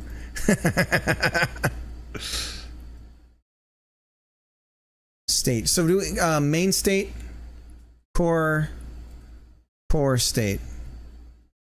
I don't know what to call it. baking,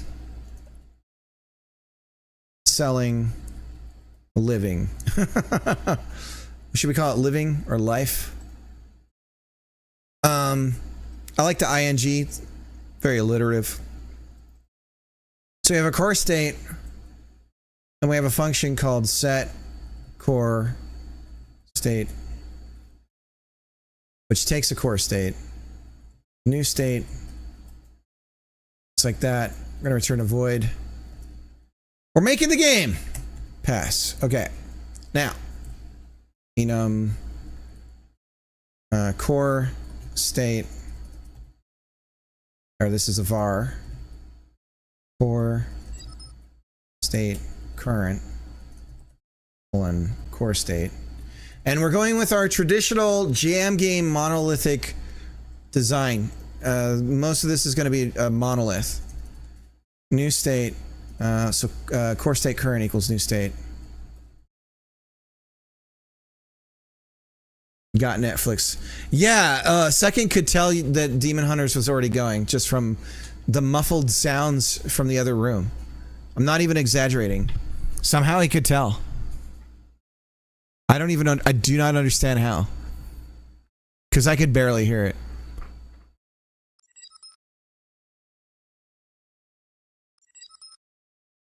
It's not? We're waiting for you? Oh, weird. He could sense it then, like a Jedi, like Hilden was saying. All right, I feel like I forgot to shout somebody out here. Nick, I hope you guys are doing good. Jim the Dandy with the turd and the pants. That's like a custom turd icon. It's a hanky. Oh god, that's great. There's M. Pagorli. We do a shout out to Pagorli. Pagorli is a unifier amongst the streaming world. Pagorli really is the glue that holds the there's a specific crew of dev streamers that Pagorli is weaved between, and as he tightens that weave, we all get closer together. That's thanks to Pagorli. That there is a unifying figure, that somebody outside of the streaming area, and Pagorli streams as well, ties everyone together like that is a very important figure in a community. And let's not forget that. Let's all give a round of applause to Pagorli, because I'm not even being sarcastic. Like, having somebody like that is such a hugely, it's a wonderful thing, because it's like the guy who doesn't, you know, like in high school you had like friend groups, and like there was people that couldn't mix with together, and like you'd put two different friend groups together and it would be chaos and it wouldn't work. But Pagorli was like the friend that could hop between all of them. He's actually kind of like the way I was in high school, but like he could hop between all of them, and everybody liked Pagorli. So it reminds me of that.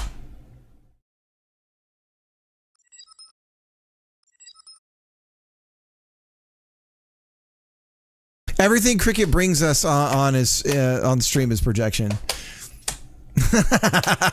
Isn't it great that Pagorli's exactly like I am?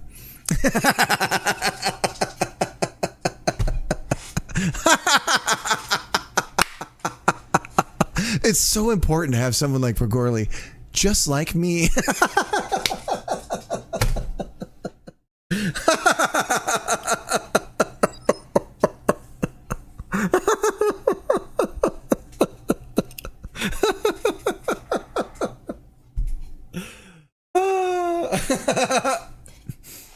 Oh my god, that's funny.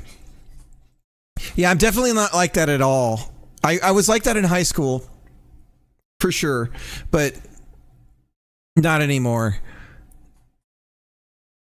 Not at all. Oh god.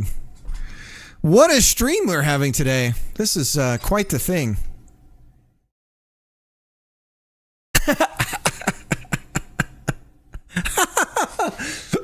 Oh man, I actually regret doing that, because I had a good, strong, like, core friend group, and I wish that I had just been with them the whole time. But I just kind of like, I would make my rounds every day. Like I'd hang out with my friends, make my rounds, and then come back. And I kind of wish I just stuck with them, because that core group of friends are the ones that I kept after high school.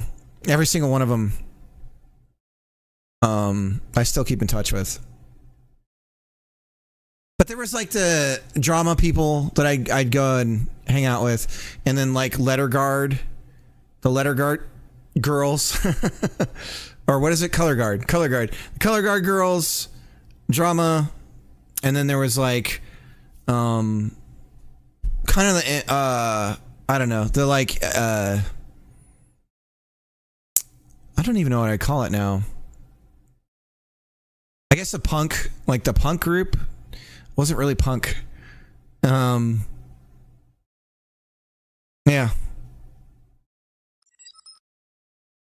What's color guard? The ska kids. Yeah.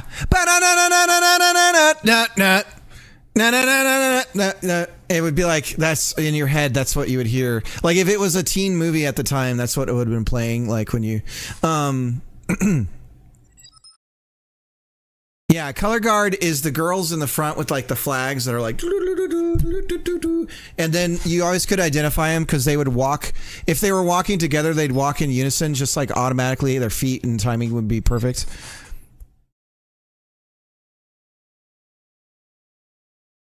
Our school went real downhill due to savings, and there was no clubs in schools for funding. Was cut before my time. Oh man. We had girls and boys because our town was progressive. So Flo went to your high school? Like Flo from Progressive was at your high school?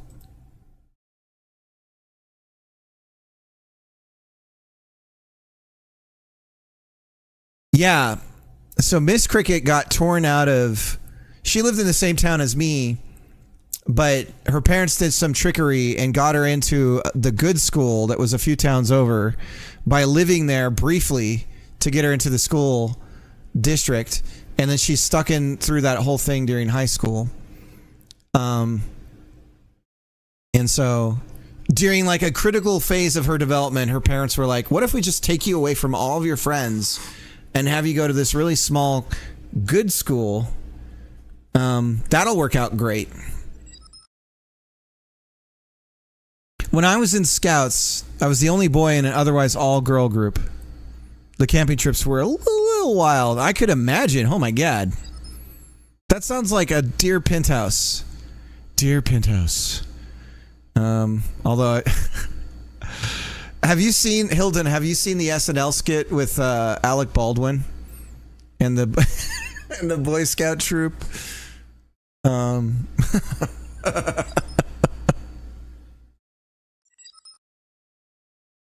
15 years old and in the Scouts.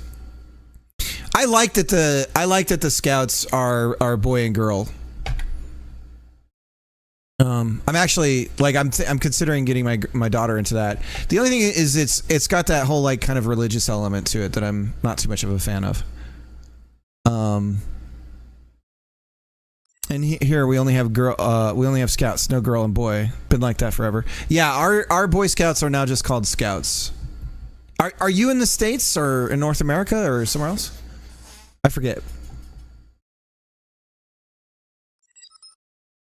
Since in here everyone goes to the sauna together. Dear Penthouse. Finland. Ah, I see.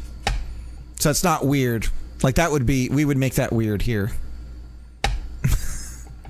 I ate too much shake and now my stomach is mad. This was a terrible decision. At least you didn't show your ass on the stream, Greg. So you can take that with you and say, you know what?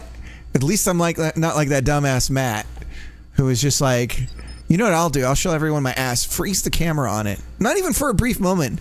We're going to let it hold. I can hang dong in the sauna with y'all. I don't care. I mean, it's all fine. And so long as, you know, when you're young, especially, sometimes things happen down there and you can't control it. It was like 10 minutes. God bless it. We definitely need a sound redeem for getting my attention, like an alert sound of like, you need to read the chat right now.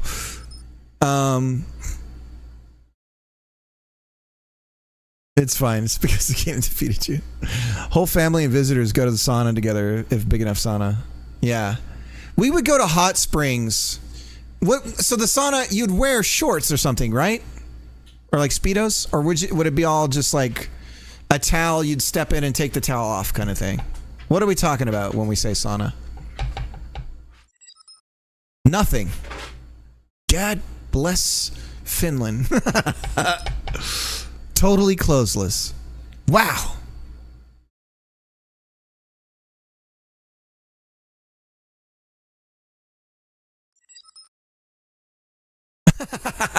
When you're old, sometimes things happen down there and you can't control it. One time I got a chub during a hernia check. My doctor's like 100 years old. Is she hot? I'm kidding. I'm kidding.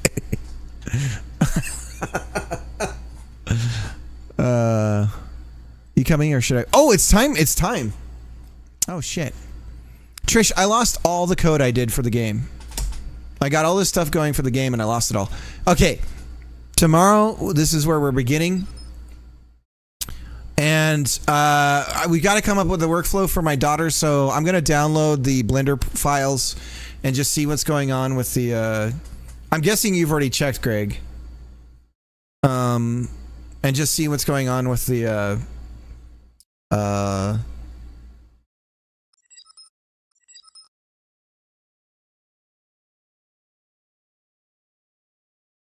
I was even trying to help make it more clear. Yeah. And I'm just an idiot. In past, people would store a dead family member in the sauna before burial. Ooh. Wouldn't they get extra rotty that way? Wouldn't that make them extra, like, kind of juicy? Real slippery. Yeah, things would start falling off of them. Yeah, that's like when you slow cook a chicken. The sauna was not used during that time. One would hope. One would hope. But that's like their last bath. Like, it's to cleanse the body, I'm guessing. Was probably the thinking. It's pretty traditional to clean the body of the dead in a lot of human history, like in different cultures and stuff. Or were they like naked, or were they in a box? What was that? I know in certain places, like Brazil, you get buried pretty quick after death. Like, you've got 24 hours to go see the deceased, otherwise they're getting thrown into a... Because they don't do embalming there. It's too expensive or something. A cold sauna is just a cedar box. Isn't sauna ubiquitously hot? All right, let's go ahead and raid out. Thanks for seeing my butt, everybody. I hope you appreciate that. I do it for you. Everything I do, I butt crack for you. Glad I caught it. Yeah, glad you could hang out, Jacob. Let's see. We've got Mud's going. We could raid Mud. I haven't been able to do that in a long time. We'll raid Mud.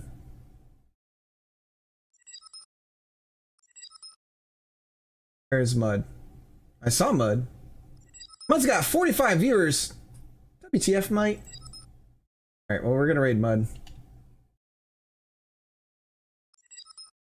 Alright. Much love to everybody out there. I will see you tomorrow. I'm gonna try and figure out a way to integrate my daughter into this entire thing. I'm hoping that she can do something involving the art. If anything, we can at least try and translate her work into 3D.